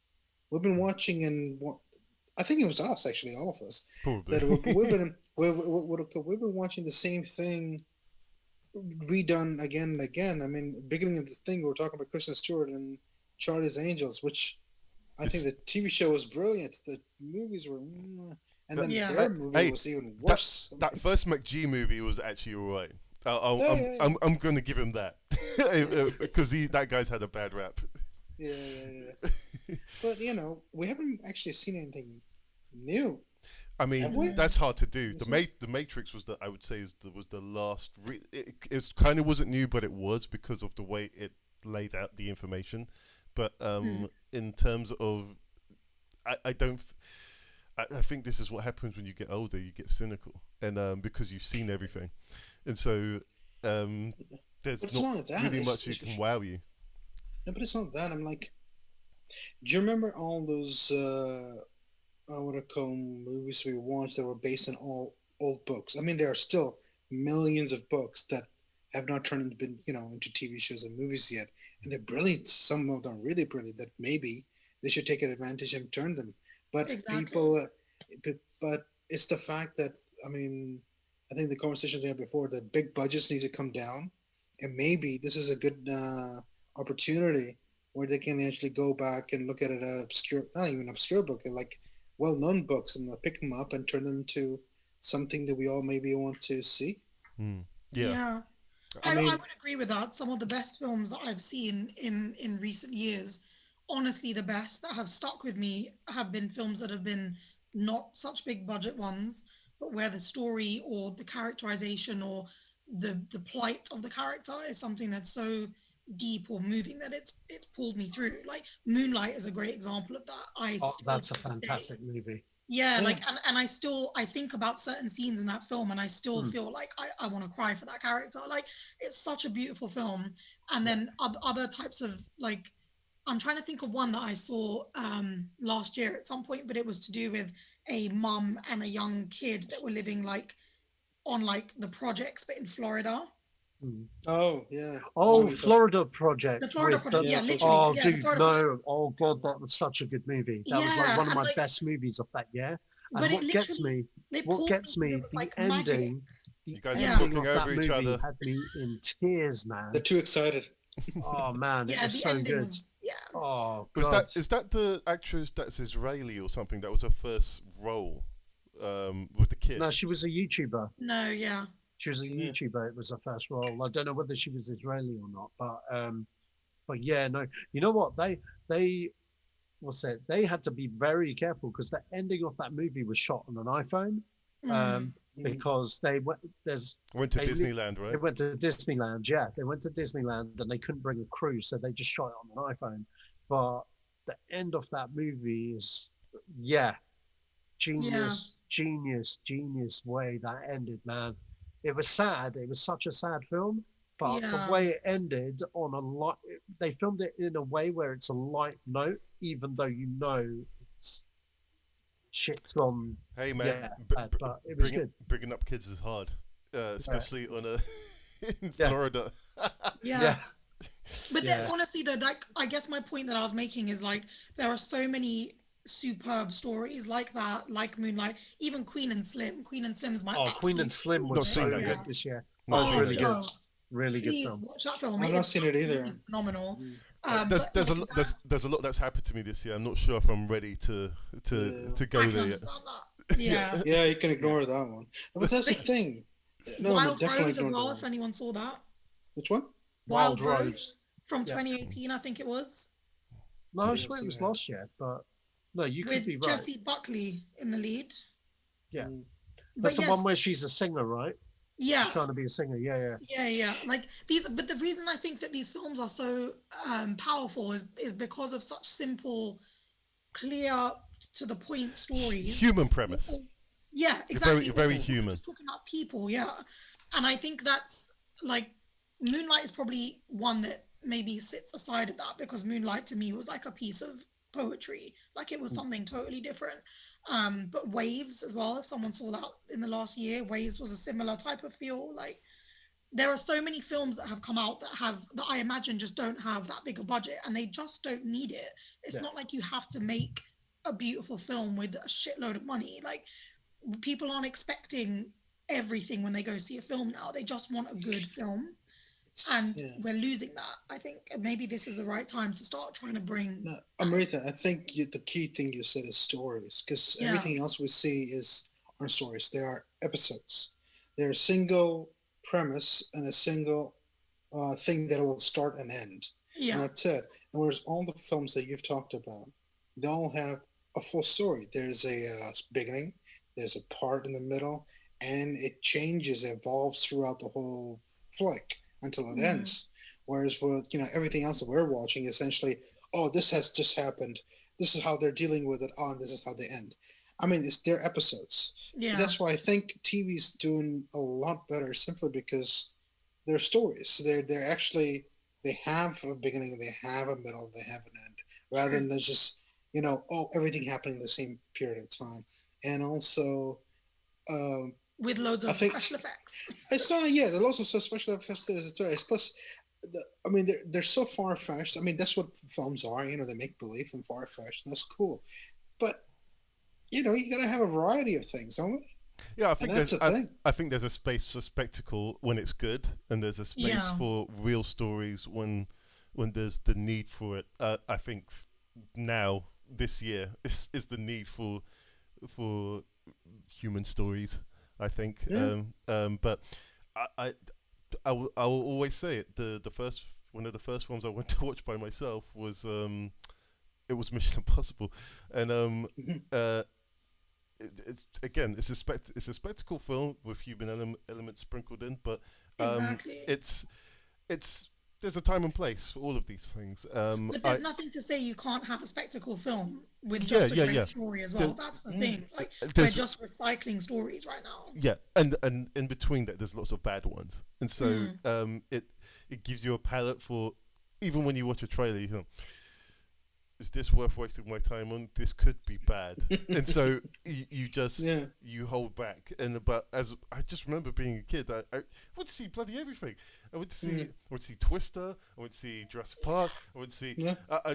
But that was my mentality. I just wanted to go to the cinema, and exactly. And again, as you age, the weight of the world pushes down on you, and you just become cynical. But in terms of the storytelling aspect of things, TV has done a lot. TV, I think okay, so this is going to be a really weird entry to this, but the first flurry for me was 24.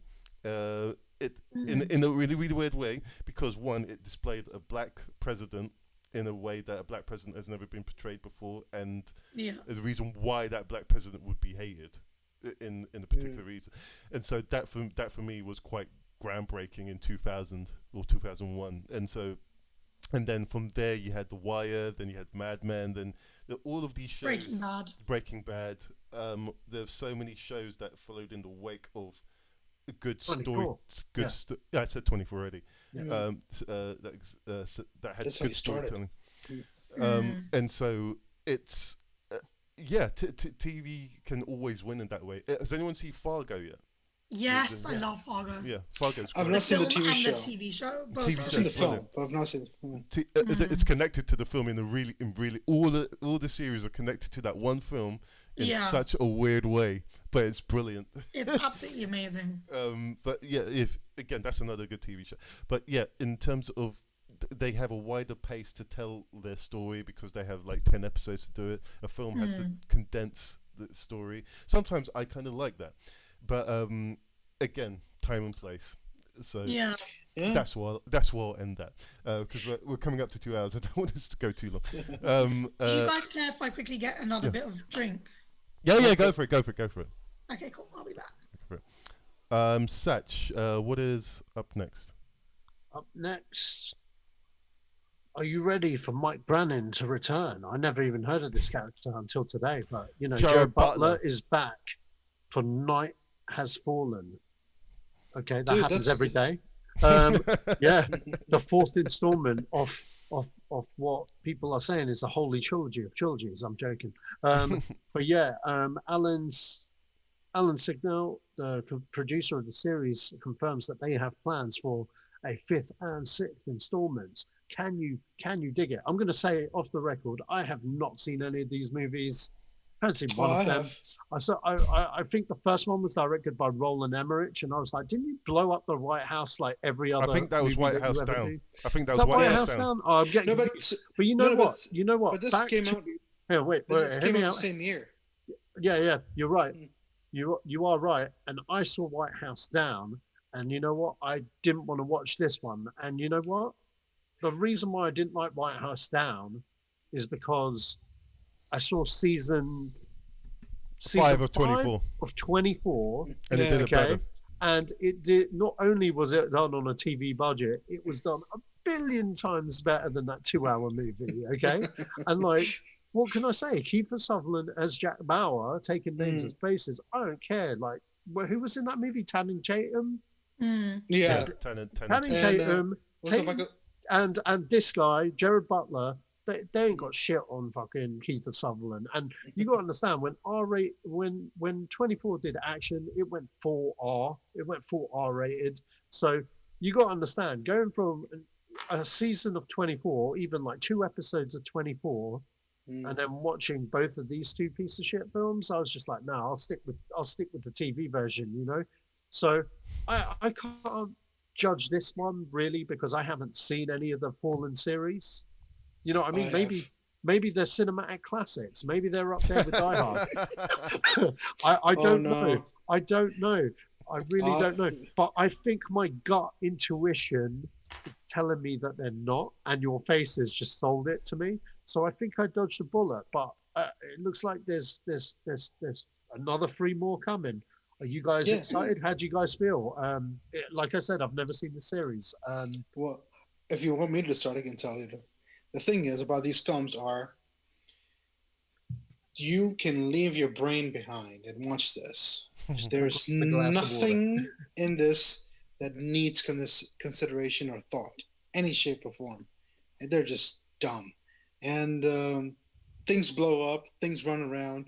And Jared Butler is Superman, you know? He just comes out golden every time. Even though, I mean, he's been shot 1,000 times. He's killed over 5 million people. And doesn't have that refinement of John Wick. Doesn't have, I mean, it's quite raw in that sort of sense. So they're dumbass movies. The second one was even worse. Third one was so bad that I kept on laughing and I kept on rewinding the damn thing. So the thing is, it's like they have that curse of, you know, of the Fast and Furious. Be idiotic, but they make a lot of money. Right. And all of these films have not made 100%, but made a couple of 100% of profit. Mm-hmm. So they'll keep on making it until the day Jared Butler's 80. I don't know. Well, I guess with the Fast franchise, it discovered that it was ridiculous, and so once everyone is on board, this is ridiculous, right? Okay, cool. And so everyone can watch it with ease. It's like, okay, we know what the trick is. It's like what I was saying about Red Dwarf earlier. It's like they know it's manky. They know the trick behind the source. And so with this, I guess that's the same thing. I haven't seen any of these films either, so I can't comment. I can give you an example. A couple of examples to how this film is essentially. Think of what's it called? What's that fat action-paced film? Think of Die Hard 5. Ronin, like, huh? Die Hard 5. Yeah. Not Die Hard 1 because that's top tier. Let's go with bottom tier shit. No, forget Die Hard. Forget Die Hard. Think of like Fast and Furious car action. Uh-huh. Think of like what I call a bunch of other movies that you've seen recently where the action is explosive, but the movie has nothing. So you can have all of that in one. That's what these movies are exactly. And they barely have any dialogue. They're mostly like, oh, get down. Oh, he's getting that sort of thing. I mean, that's it, really. Have you seen an Amrita? Yeah, I don't think I've seen all of them. I have a feeling I saw whatever the last one was in the cinema. Don't even know what number it was. Don't even particularly care. Did I enjoy it? Yeah, it was all right. Yeah, the popcorn movies. But yeah, they make a lot of money. That. Popcorn movies, yeah. I don't, for me, like, yes, going back on what we literally were just talking about, yes, I want more actual real storytelling and real cinema. That's kind of what drives my passion for film. But at the same time, like, if I do just want shits and giggles, this is the type of film that I would see. So there is always going to be a market for this type of film. Yeah. And it works. Do I care that they're making another 3? No.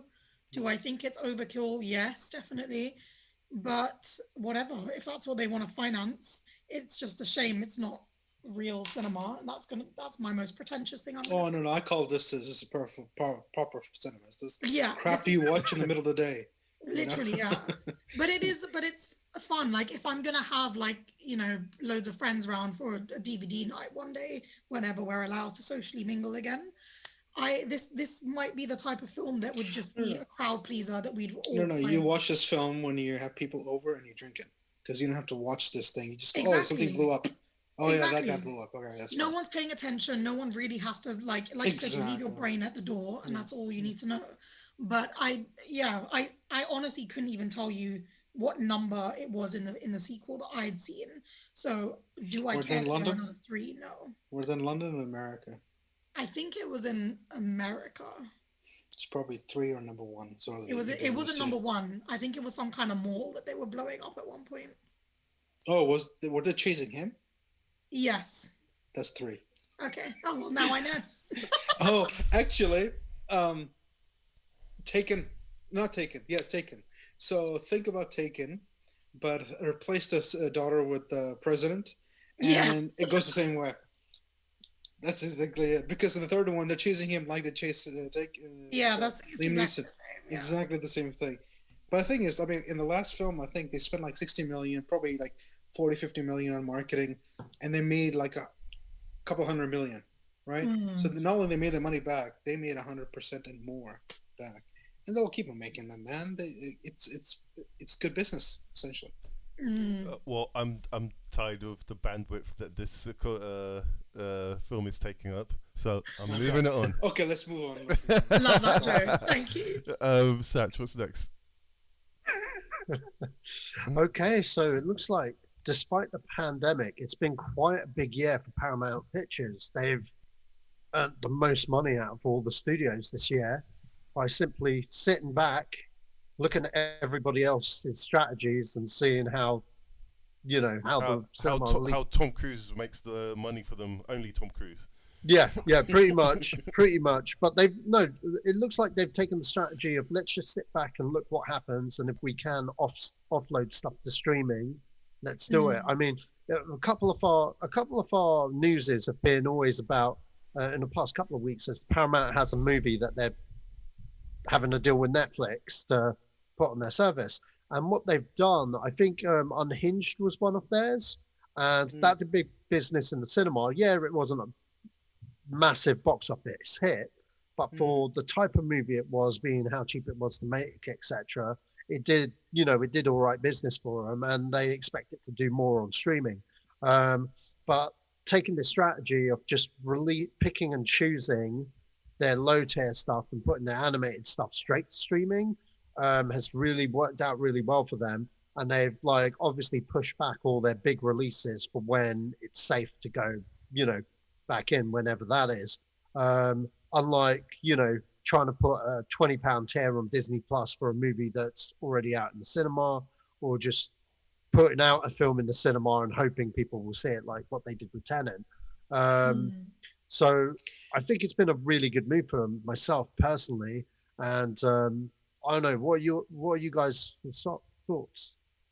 I think Paramount's probably made more money by distributing, simply because I've noticed a lot of, even from Netflix and Amazon, those two streaming services that I have, a lot of old films have suddenly popped up that I haven't seen in years. They just suddenly showed up on massive amount of catalogs, and they're from everybody. But I think I've noticed WB and Paramount mostly in the beginning of those films when they start. So I'm guessing they made a lot of money through distribution.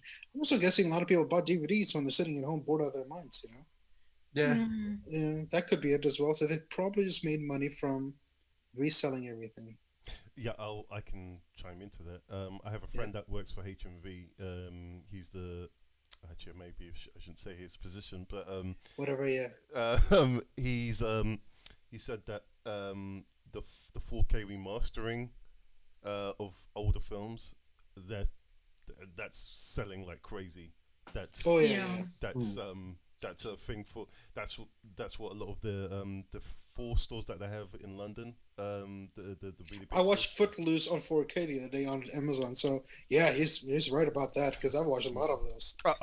He's actually talking about physical stuff, because they still getting a lot of physical entities, and so he says that just go as soon as it's in, it's gone, and so 4K restoration is a thing that a lot of these companies are doing now.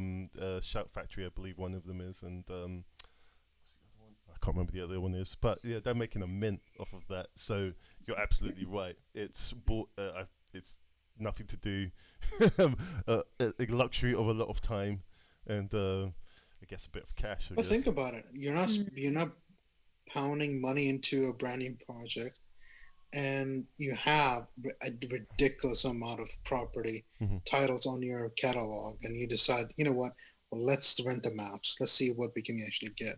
So the landlords of the world are screwed simply because nobody's come to work, where these guys have turned into brand new landlords and renting their properties out, and they're making a mint. This is all software. To think about it as well, like what they've actually released this year as new material is really only like maybe 10 things maximum, which is not a lot actually. And of that list, I think one of them I can tell straight away, The Lovebirds was a Netflix release film, I believe, which I actually really enjoyed, to be fair. and another one was Pixie, which I actually was dying to watch in the cinema before lockdown 2 came around. It was like I want to say like church people chasing these 3 stooges. It looked hilarious. I think I know what you're talking about. Yeah. I was the girl, I always forget her name, but I love her to death as an actress. She's amazing. Who was in like Bates Motel and things like that. Oh, right. Okay, I know what you're talking about. Yeah. She's an English actress.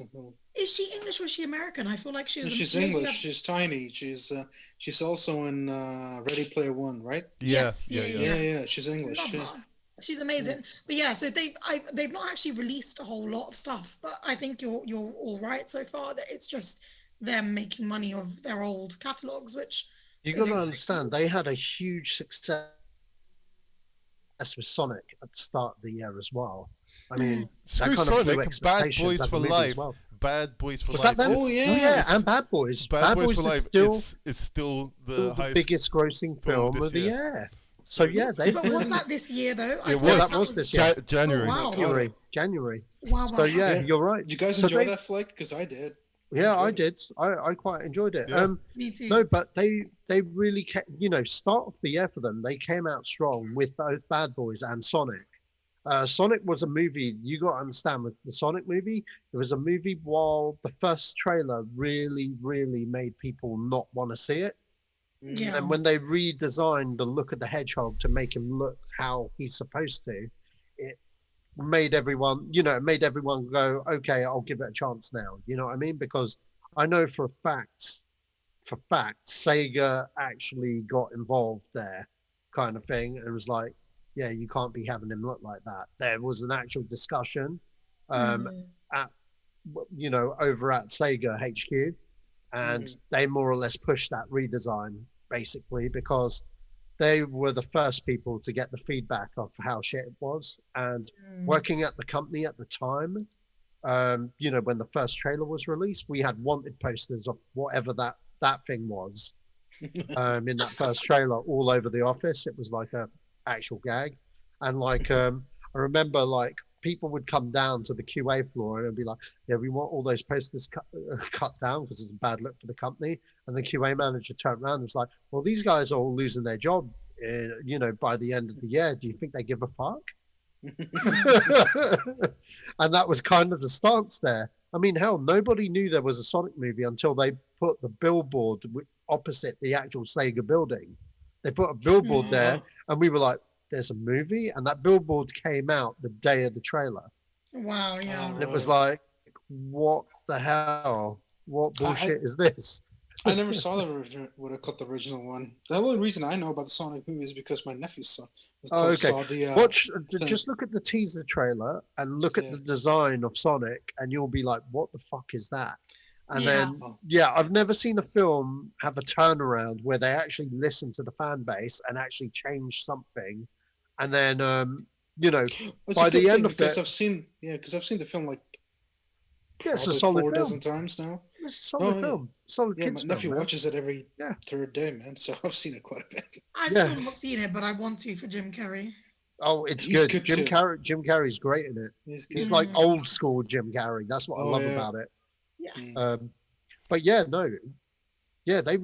they really knocked it out of the park with those 2 films. So I think with those 2 films alone, they kind of had the heads up over any other studio, really, because Disney were going to release Black Widow in March, and had that have come out, they would have had a $1 billion movie. But they missed the boat there. So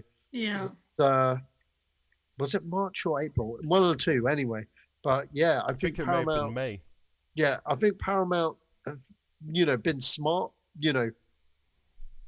post-pandemic, during the pandemic, literally by holding off all their big releases. And Well, looking forward to Top Gun. Yes. Not a lot of other people seem to be enthusiastic about that film, but I'm there. That trailer sold I gotta me. watch the old one again. I can't even remember what happened to that one. I think I was 12 when I watched that one. Okay. So it's 80s Tom Cruise, yeah. So Cocktail. What? He's the greatest cocktail waiter in a whole of ever. How long is this bit gonna take? then he meets a woman and he has a crisis of confidence, and then some shit happens, and then he's the best cocktail guy ever. Top Gun. He's a great fighter pilot. He meets a woman. He has a crisis of confidence. And then when shit's about to go down, he gets his confidence back, and he's the greatest fighter pilot ever. Then you've got Days of Thunder. Days of Thunder. Days of Thunder. God. He's a great. And guess what?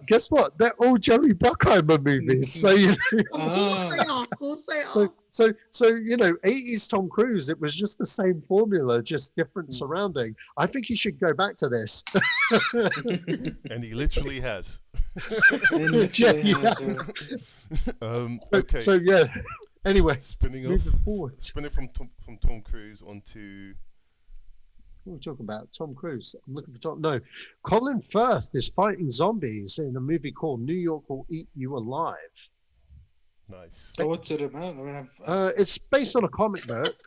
Okay. It's based on a comic book, and apparently it's got a cartoon as well. Oh. But the comic book is called Zombie Brothers, and yeah, it's about this boy who loves playing video games, and the story follows him as he steps out the house to hit the road to find his girlfriend, and then shit breaks loose. I'm assuming the film's going to be a little bit different than that, but yeah, that's basically the premise. That's all I got. Cool. I'll look forward. It's being directed by the Harold and Kumar director. I don't even know who that is. Todd Strauss-Slauson.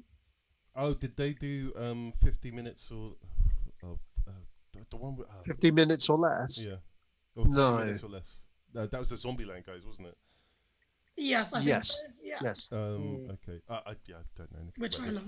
love. Okay. Well, I like Colin Firth. He was good in the first Kingsman, and I hope to see a character very similar to his Kingsman character in something else. Again, this seems to be it. That church scene in Kingsman, I love it so much. You know what? That's another example of like polarized casting. For example, Liam Neeson when he went psycho in Taken, that was like that was like the oh shit moment. Like fuck, someone fucked with Qui-Gon Jinn on Ra's al Ghul, man. It's all over. And like, do you know what I mean? Like Liam Neeson wasn't the action man. So speaking of Liam Neeson, yeah, with Colin Firth, he'd never done action before. So, but when you all saw that trailer, you were just like blown away by the fact Colin Firth was in an action movie. You know, we need more off this stunt casting, man. Patrick Stewart should be next before he dies. Jesus, I need to. Look, I'm being realistic. I don't want it to happen, grim. But he's getting old. But I need to see him in an action movie. He's got another season of Picard coming, man. Don't worry about it. Oh. But anyway, moving on. Well, now Liam Neeson. Yeah. Liam Neeson beats up more bad guys in Retribution for Predators director Nimrod Antal. Okay, just because I liked Predators, the Predators was better than the guy who actually wrote the first Predator film. I like that idea. To be honest, I haven't seen any of his film from him since Predators. So I don't think Predators was bad. I think it was a bit half baked, but it was better than The Last Offering. And I would like to see another film from him. And Liam Neeson. To be honest, I'd like to see Liam Neeson back as Qui-Gon, but that's a different thing. But I'm up for seeing him in something. If it's competent, I don't know. I think he's going to be forever known for his later years as the Taken guy. But yeah, we'll see. Well, I think he's already known as a Taken guy because I can't think of anything else really. The last movie I think of is still Cold. Did anyone see The Honest Cold, Thief? Hard. No, is that any good? No, is that any good? Yeah. No, so I wanted to see that, but I feel like... Is that already out? Yeah, it came out. I think so, yeah. I think it came out like just before Lockdown 2 came. But I kind of, I don't know, like the only thing that's really selling this for me is the name, Retribution, especially the way Sacha just said it. but retribution. But I feel like this is just going to be another run-of-the-mill, like, Taken-esque type story. Will I want to see it? Maybe. Did I want to see Honest Thief? Not particularly, but I could have, I guess. For me, it very much depends on like what the other offerings are at that time, because like we've been saying this entire podcast, none of this is anything new. So it very much depends in all these cases of what I have as a choice. But would I see this on its own? Maybe. If I was in the mood for it, maybe. Yeah, we need a trailer. Yeah. It looks like Nimrod hasn't directed a movie since Predators. He's been doing a lot of music videos. So I think that was a wise move, to be honest. Just stay out of the. Just do your thing, and then when you want to come back to it, do a film. That's what I would do. I actually like that director. I like how Rodriguez and himself worked on Predators. I thought, again, I still think it was a bit half-baked. I don't think they worked the ending out very well, but it was still better than whatever that was. What a bad movie. Yeah, that's what I got to say on that. Okay, so next up. Sol, you didn't say anything about it? Well, I've got really nothing to say, really. Until we see the trailer, I mean, well, what do I know? But that's, I mean, he has done a couple of episodes of Servant and Vacancy is one of my favorite horror films. That's a good film. Yeah, I would actually watch Vacancy more than Predator, really. Me too. The Screaming, what's his name? What's his name? Who was in there? Film? Let me look for it. What film are you talking about? The Vacancy. Vacancy. Yeah. Anyway, it's a pretty cool flick. Anyway, but yeah, until we see the trailer, I'm not going to say anything simply because if it is going to be that, because the way it sounds like it, then it's going to be now a Neil Nielsen genre, essentially, because that's what he's been doing the past, 15 years now. And it's working for him. People do like it. Yeah. Him and Jared Butler. Yeah. All they need is a film together. But no, really, I think Liam Neeson can actually act. You put it in the ether now. It's in the planetary system. God. You know what? I think it's happened before. No, Sacha, no. Is it? Where? I think it might have. Hang on. Oh, you're gonna Google it now? Yeah, I have to because I saw something that blew my mind. Oh, what was it? Is it an old film? Yes, an hold old on. Right. The Next 3 Days. Next 3 days. There you go. I totally forgot about that. You know what? I'm wrong. I was getting confused. I always get Jared Butler confused with the Dwarf King in The Hobbit, Richard Armitage. How? I just think they look the same. Oh, it's the beard. Okay. It's the beard. How about at the foot length in between them as well? Yeah, probably that too. But I mean, they're both Scottish. Yeah. Oh my God.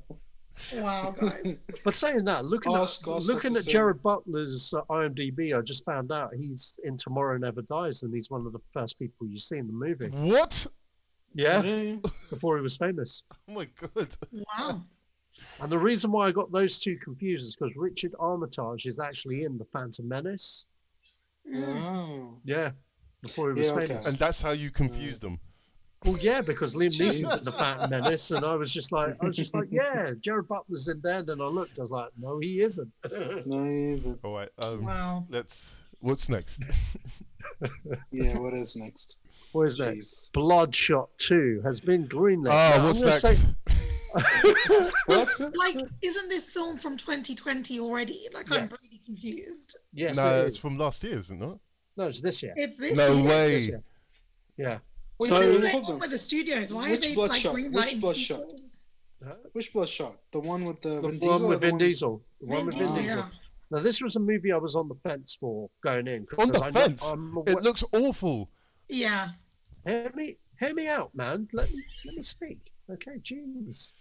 Okay, I'm aware of Bloodshot. I've read a few of the comics and stuff, and I get his deal. So I was like, okay, comic book movie that isn't Marvel and stuff, a little bit lower budget. I'm down with this.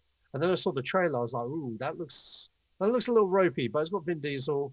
I think he'd make a pretty good Bloodshot. Let me give it a chance. I never got around to seeing it because word of mouth said it was everything the trailer said it was. Apparently, it was dog shit. So it kind of made me not want to see it, but I'm still intrigued to see it.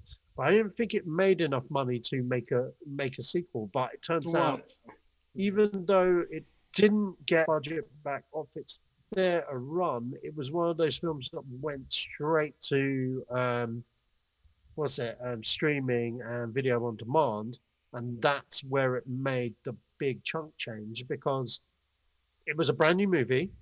COVID happened, the studios panicked and just put it straight to video on demand kind of thing, literally within weeks. And everyone was in the mindset of, because obviously it was like, oh, that's that Vin Diesel movie that's in cinemas. Yeah, I'll watch that. And then it was kind of like a low budget movie anyway.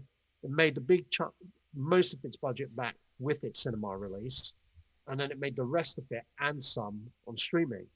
So most of the people I know that've seen it have said, yeah, I saw it because of the video on demand. I just remember they all say it's shit. Huh? No, I remember watching it as well, and I thought it was like you said it was bad. No, I thought it was a good TV movie. Oh, okay. Yeah, as in like it's kind of crappy, but you know. Yeah, it'll do. Background noise. I think for me, like, this is honestly a film I heard of, like, somewhere in my periphery. Yeah. I know nothing about it other than the fact that Vin Diesel's in it, and I honestly don't care less. I think Amrita, I think you and I were on this chat when we were talking about this, and then it came out. Yeah. Literally. See, I haven't seen the first one, but you know what? The character, in my opinion, has scope, and I could see where they could go with sequels because it's comic books and stuff. But at the end of the day, the first one wasn't that good. I think they're risking shit. But then if they're just going to put it on streaming, then fine. Who did it? Is it Paramount? I don't even know. Find out. I mean, what I will say is good for the studios for feeling like they even can greenlight new projects, or well, not new, but upcoming films. Like, good for them that they at least feel the confidence that they can do that, because I'm sure many other it was Sony are suffering right now. But do we? I don't know. I'm kind of. This is the same thing for me as A Quiet Place. Like, you know, having a spin-off. How dare you put that film and that film in the same Yeah, you can't put those two films. No, not anything for the content. How just dare you? For the fact that, like, we haven't even really experienced. So Bloodshot was a Sony Pictures production. Great. So this is how they handle IPs that aren't really that well known. That gives me lots of faith. That gives me lots of faith in Morpheus. I'm being sarcastic. No, I get it. Well, I'm just saying it's probably that they made a lot of money through streaming. That's probably it. And not only that, I think this is another reason that you will see Sony making a lot of weird movies over the next few years. Is simply because as the end of this, it's out, right? Isn't it for PlayStation 5? It's coming November 19th. Yeah. Right. So I have a feeling they're going to do what everybody else has done.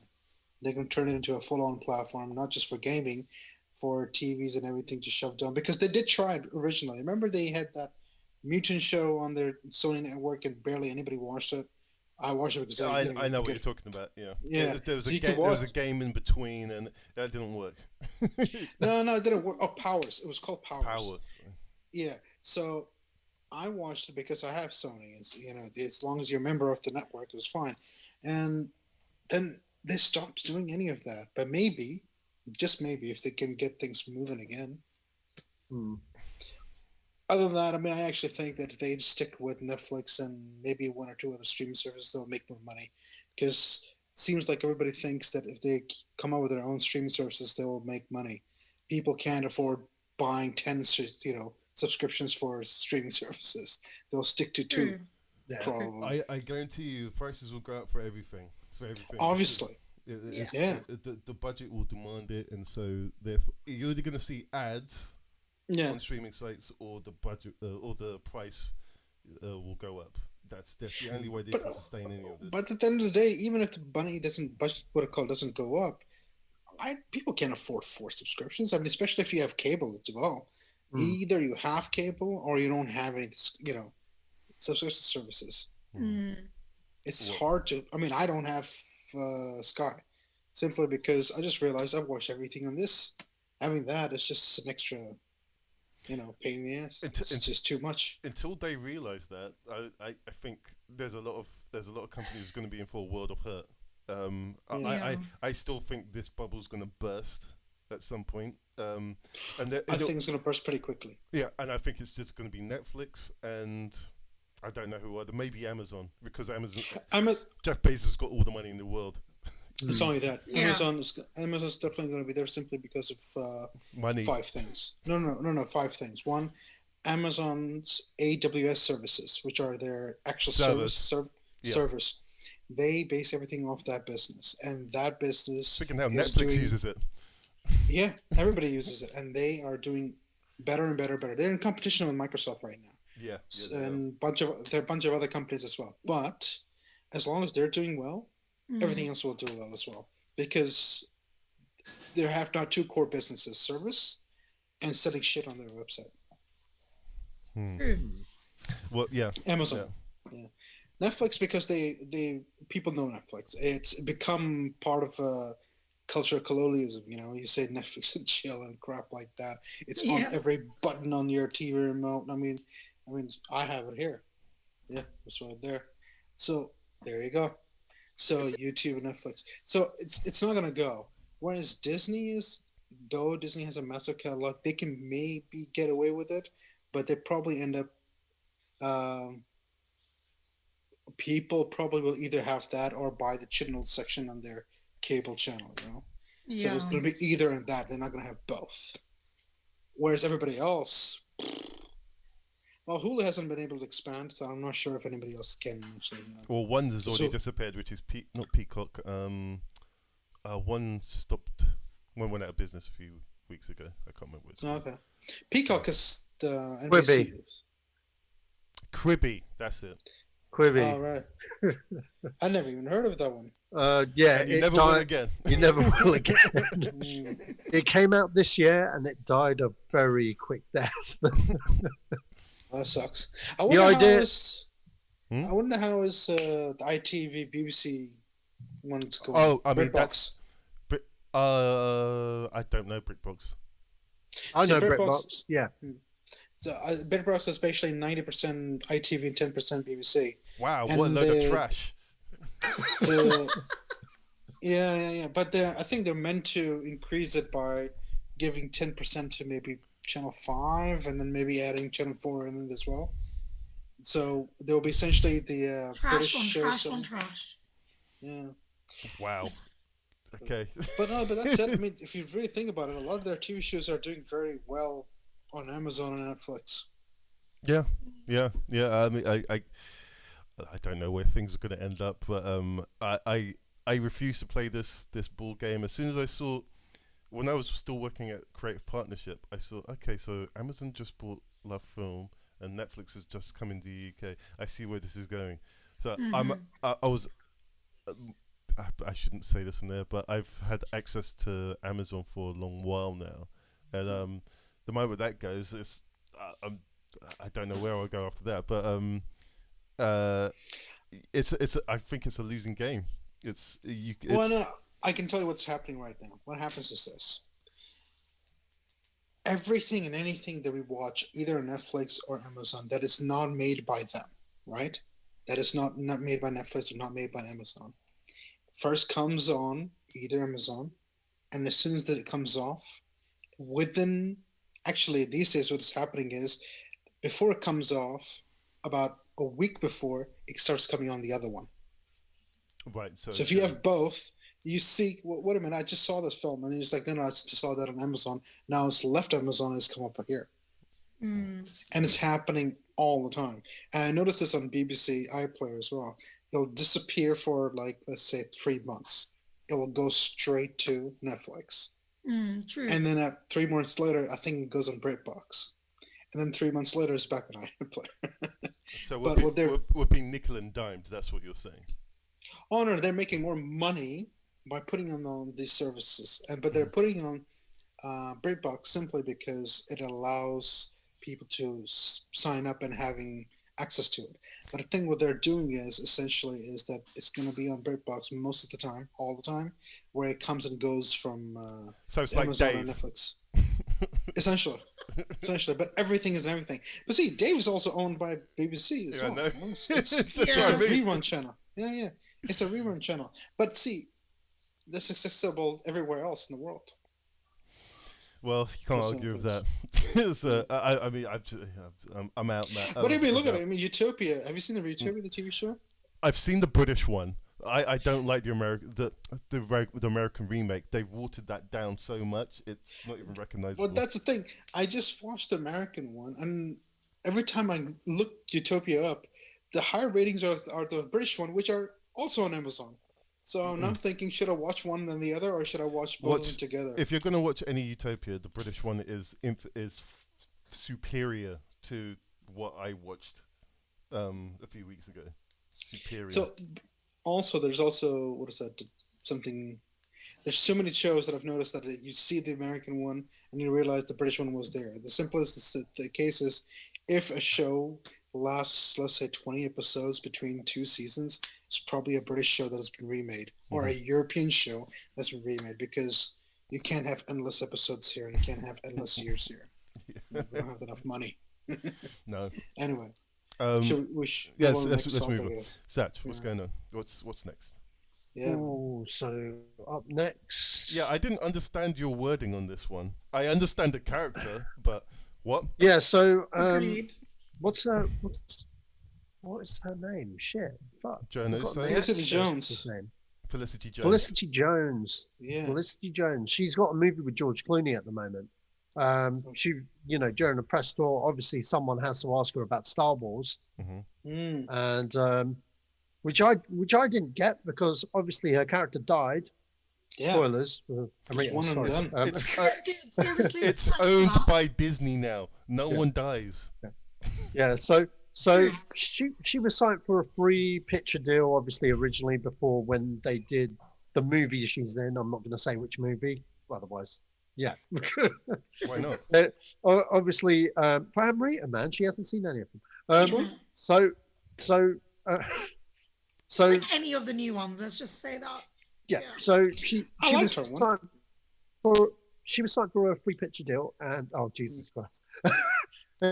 Anyway, she was signed for a free picture deal, and then basically, we all know what happens at the end of that movie, and she's dead.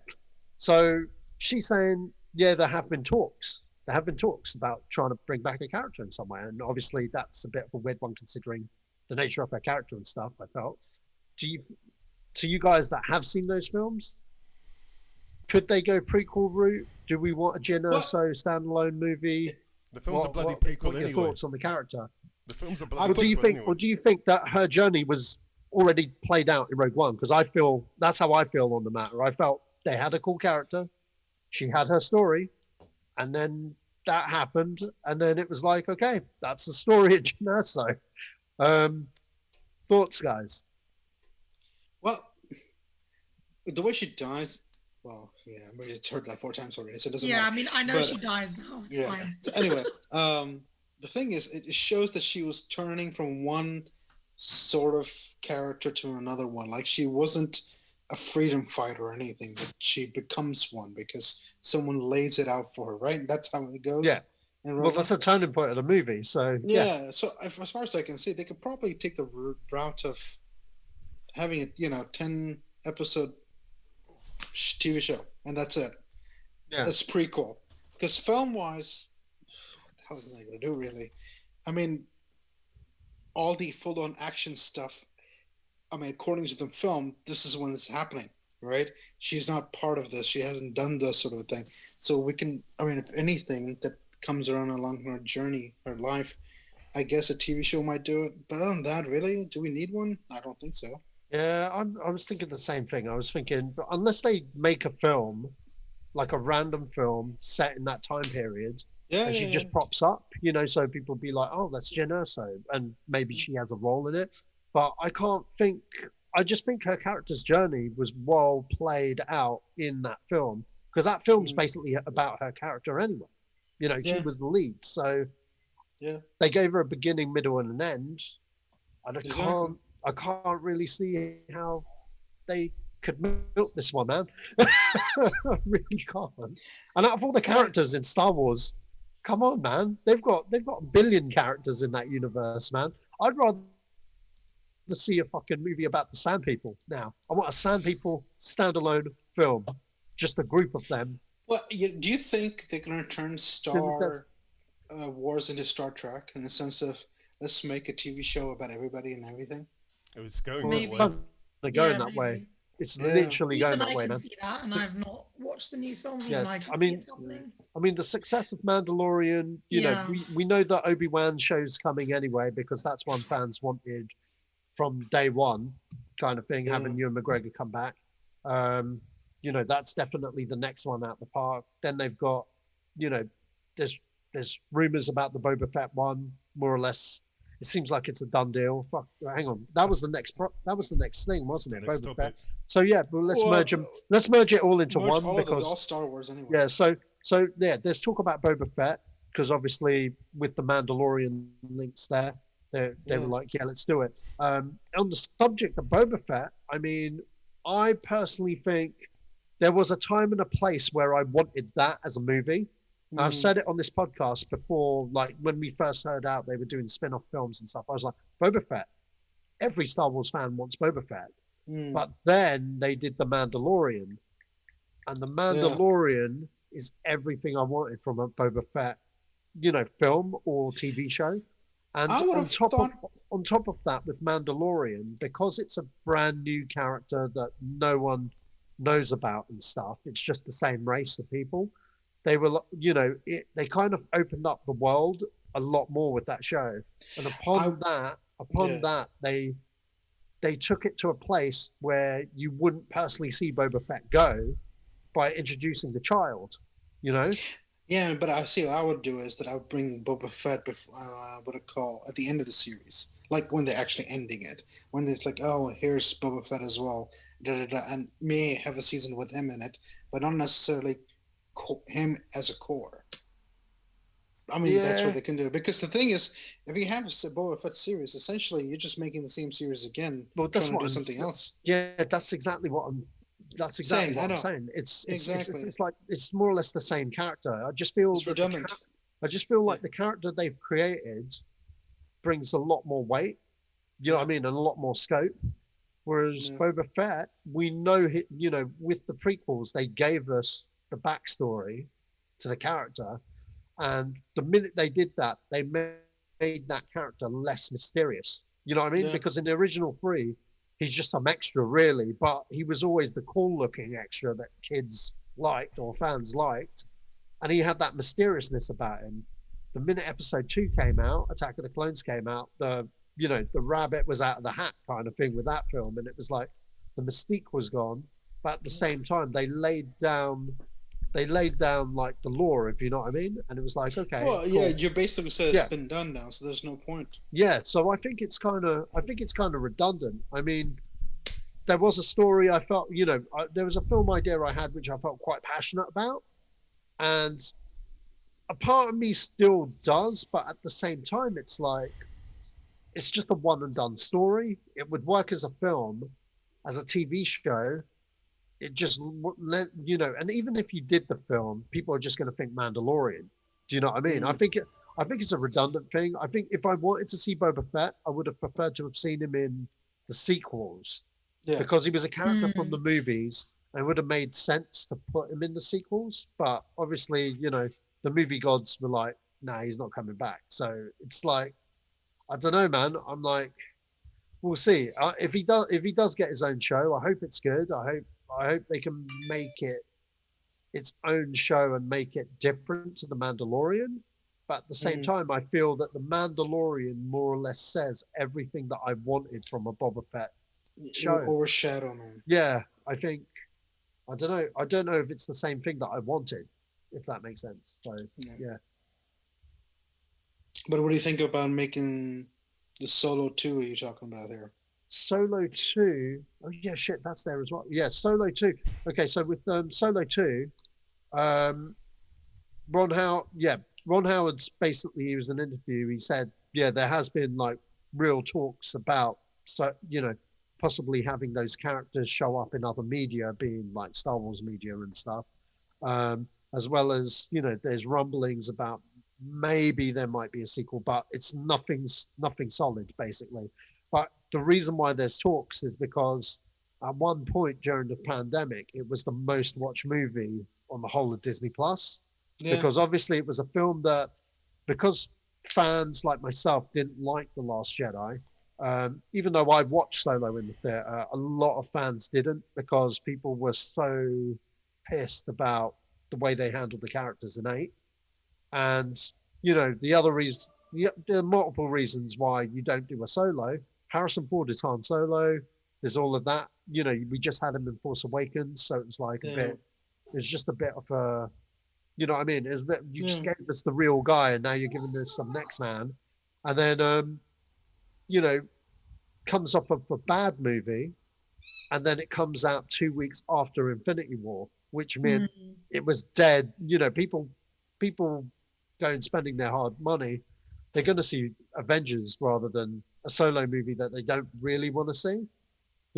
True. Yeah. And then the worst thing about the Solo prequel was that it was actually a really good movie.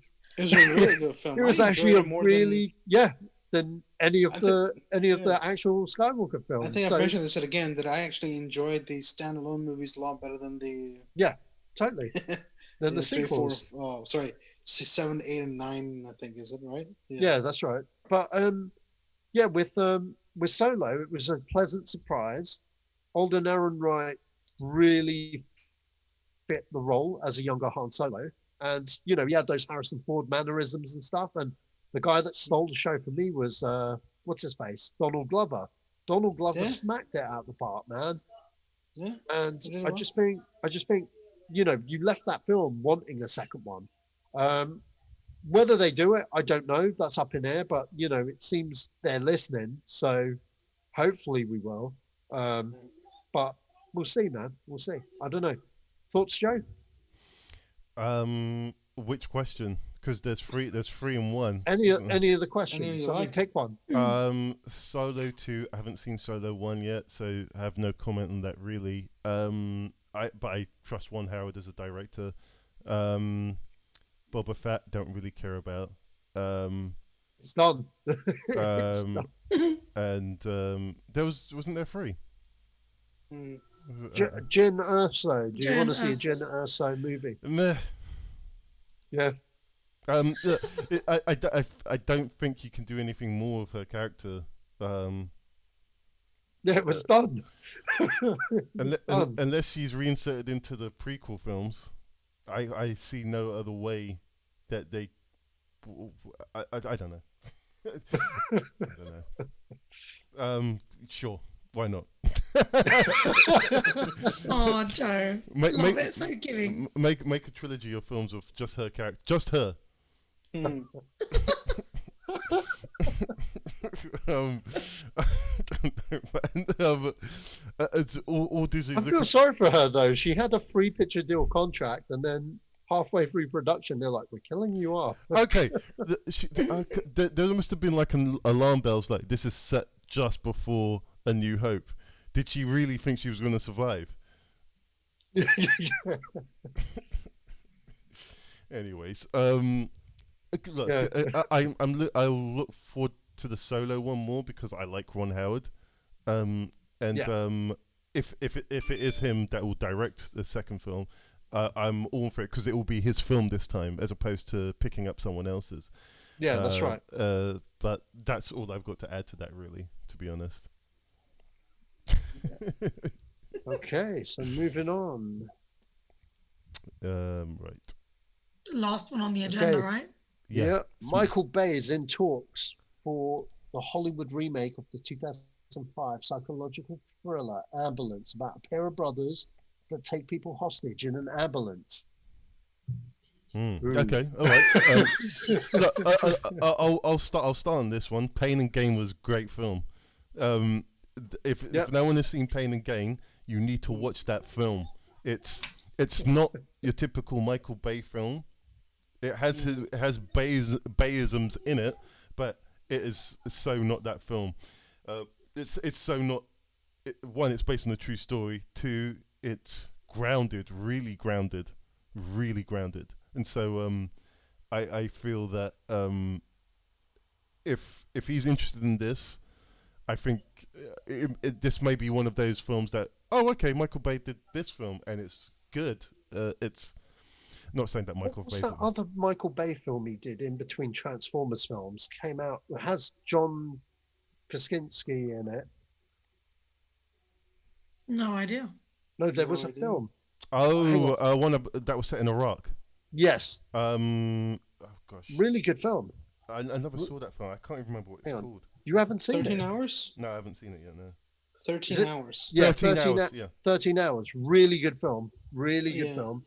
I've not seen it. Yeah, you wouldn't have thought it was him that directed it as well. He literally put it in between the last two Transformers films. He whipped it out there, and nobody saw it because it didn't get that much publicity. John Krasinski wasn't as big a star as he is now because it was literally before Quiet Place, and Jack Ryan and all the other stuff that he's done. He was definitely, obviously, The Office was about, but really good film. You're right about that. They spent $50 million and made 69. Yeah, barely broke even there. Yeah, so I mean, probably broke even about what I call the film budget. I'm not even sure about the marketing budget. Yeah, no, they wouldn't have broken even on the marketing budget. But I mean, really good film. But for me, Michael Bay will always be the guy that did Bad Boys and The Rock, and The Rock is my favorite Michael Bay movie, hands down. Yeah, brilliant. That is a pretty. I like Transformers 1, but like the sequels, forget them. The first one I did enjoy for what it was, but to be quite honest, thank God he's not doing any more Transformers films. As long as he does like new stuff, that's what I want to see. When my nephew can't stand watching Transformers for more than 15 minutes, I know it's not that good. Yeah, he's 6 years old. He's your barometer test. Crap. Well, yeah, because he's a flash. It needs to be engaging enough for a kid to go like, "Oh, look at that," because all he's doing is pointing and saying, "Oh, look at that," and look how and he tries to mimic their moves, right? And fighting with a ghost in the middle of the TV room.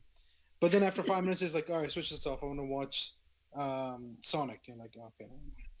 There you Clearly go. a better film. There you go, yeah.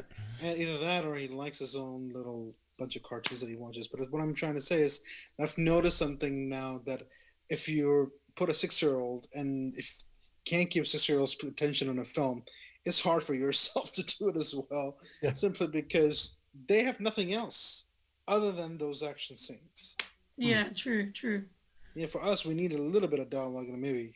Because I was thinking that about 2.5 hours ago when we started this thing, that we're talking about what I call stories and not episodes that these films are these days. Do you remember that we used to quote what I call movie dialogue from movies? Ooh. Yeah. We don't do that anymore, do we? Not really. Like words quoting.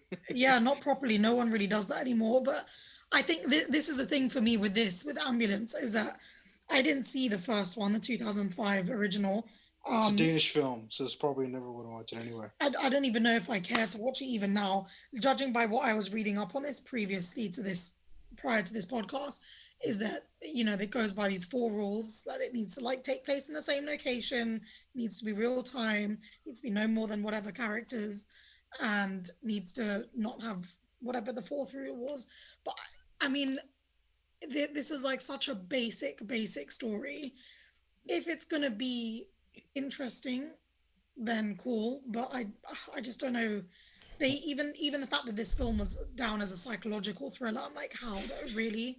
Does it even warrant that, or is it 2 guys just deciding to hold people hostage in a vehicle?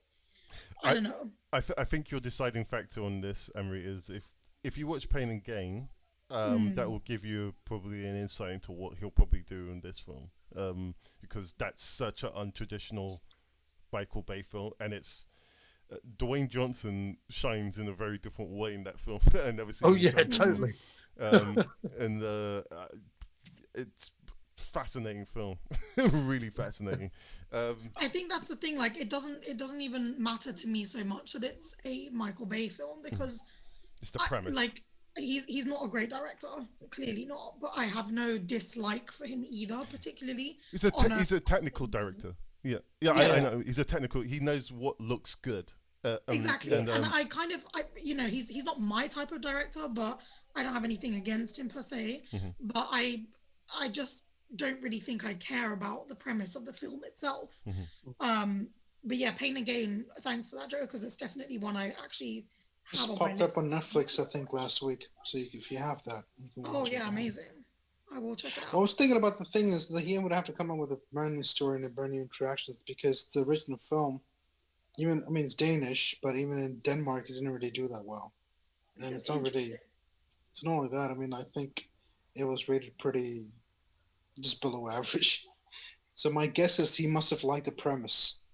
It's interesting because, like, for me personally, I know earlier we were talking about like human type stories and character driven things and all of that, which is probably the biggest love of mine for cinema. But I actually do love these more like dramatic things that take place in like one location with a select few actors. I love stories like that actually normally. Ones that I can see being a play and working on a stage as well. I'm always fascinated by those types of stories, but this seems to me like a really like nonsense type of story. I don't know. It just doesn't sit to me. I think usually when you, again with announcements, all you have is what the synopsis is. Or if it could be brief, it could be long. I think when you see images or a trailer, that really will make the decision maker on whether you're interested or not. True. You know what it reminds me of? Speed. It's a bunch of people trapped on a bus, right? Yeah. Speed. The hostage taker may not be there, but it's the same thing. Yeah, they've been taken hostage by a guy. Yeah, and this, I think, the hostage is actually there. So, yeah, I guess it's the people driving the ambulance, apparently. Well, but that's another thing. Like, how do you? I need to watch the original because I'm trying to think, like, how are you just like, welcome to my ambulance, come in and let me take you hostage? Like, or are they just cruising around for people that are injured? Like, no, they're grabbing people, I'm guessing. And then injuring them in the ambulance. I guess. All right. I don't know. I'm making stuff up. N'importe quoi. It literally seems like nonsense to me. I think 11:30 at night is getting to us. Well, on that bombshell, let's bring the show to a close. Unless anyone else has anything to add, which I will stop you right there now. Sach, thanks. Amrita, Sol, thank you. Do you have anything to add? Do you have anything to plug? No, bro, I'm good. Thank you. Thanks for having us. Okay. Yeah. All right. Sach, anything to plug? Catch me on SachMan3 on Twitter. I don't tweet much other than PlayStation stills. Also, check out Antstream. It's a streaming service that where you can play retro video games from the 80s and the 90s. Check it out. Anyone else? Okay. Well, the only thing I'll say is if you have not watched the TV show Get Shorty, you should probably watch it because it's really good. I didn't like it. I thought it sucked. It's slow. Good. It's different from the film, which I like. I'm biased because I'm a big fan of the books, and I'm a huge fan of the original John Travolta movie because it's basically the novel. And when I watched the show, I was like, nope. Like literally just no. I get it. It's a retelling, whatever, but it's not the book. It's not what I consider Get Shorty. And John Travolta, in my eyes, was the perfect Chili Palmer. I don't know what the IT crowd guy is doing, but like, cool. But no, but they're playing. They're playing a bit more serious. Yeah, he's not Chili Palmer. No, he's not. But he's not. Oh, is he not Chili Palmer? No. No, there's no Chili Palmer in this show. Yeah, it's a no completely different retelling. Yeah, It doesn't touch the film, doesn't touch the books. It just uses the name, uses a similar premise. Yeah. Imagine it's a good show. Imagine the same scenario except serious. And for me, Chris O'Dowd. What's his name? Chris O'Dowd. I mean, his serious notes and everything. I mean, he's actually, in my eyes, turned out to be a lot better actor than I thought he was. Yeah, and he's really good. And not only that is the other guy, Ray Romano, who is not. Yeah, he's good. He's good in that too. He's a stand-up comedian who has somehow turned an actor. Hey, his work is brilliant as well. I mean, in this, Irishman, and what was that show that he did? Vinyl. He's definitely. Vinyl was this HBO show that lasted for 1 year. It was all about. Yeah. I know the show. Oh my god, yeah. He was in that as well, and he's turned out to be a pretty good actor himself as well, or at least he's learned now. Well, to be one. That's my plug anyway. If you separate the Be Cool and Get Shorty, the films with John Travolta from this interpretation, you will enjoy it. But if you're going in with that, then yeah, it's probably not for you. But I've only recently watched it, and I was quite blown away by how much I enjoyed it. Because that's my plug. And that's the Zedos Game podcast, and we are out. Go on, do it. Come on. I am the man that killed Jaime Lannister.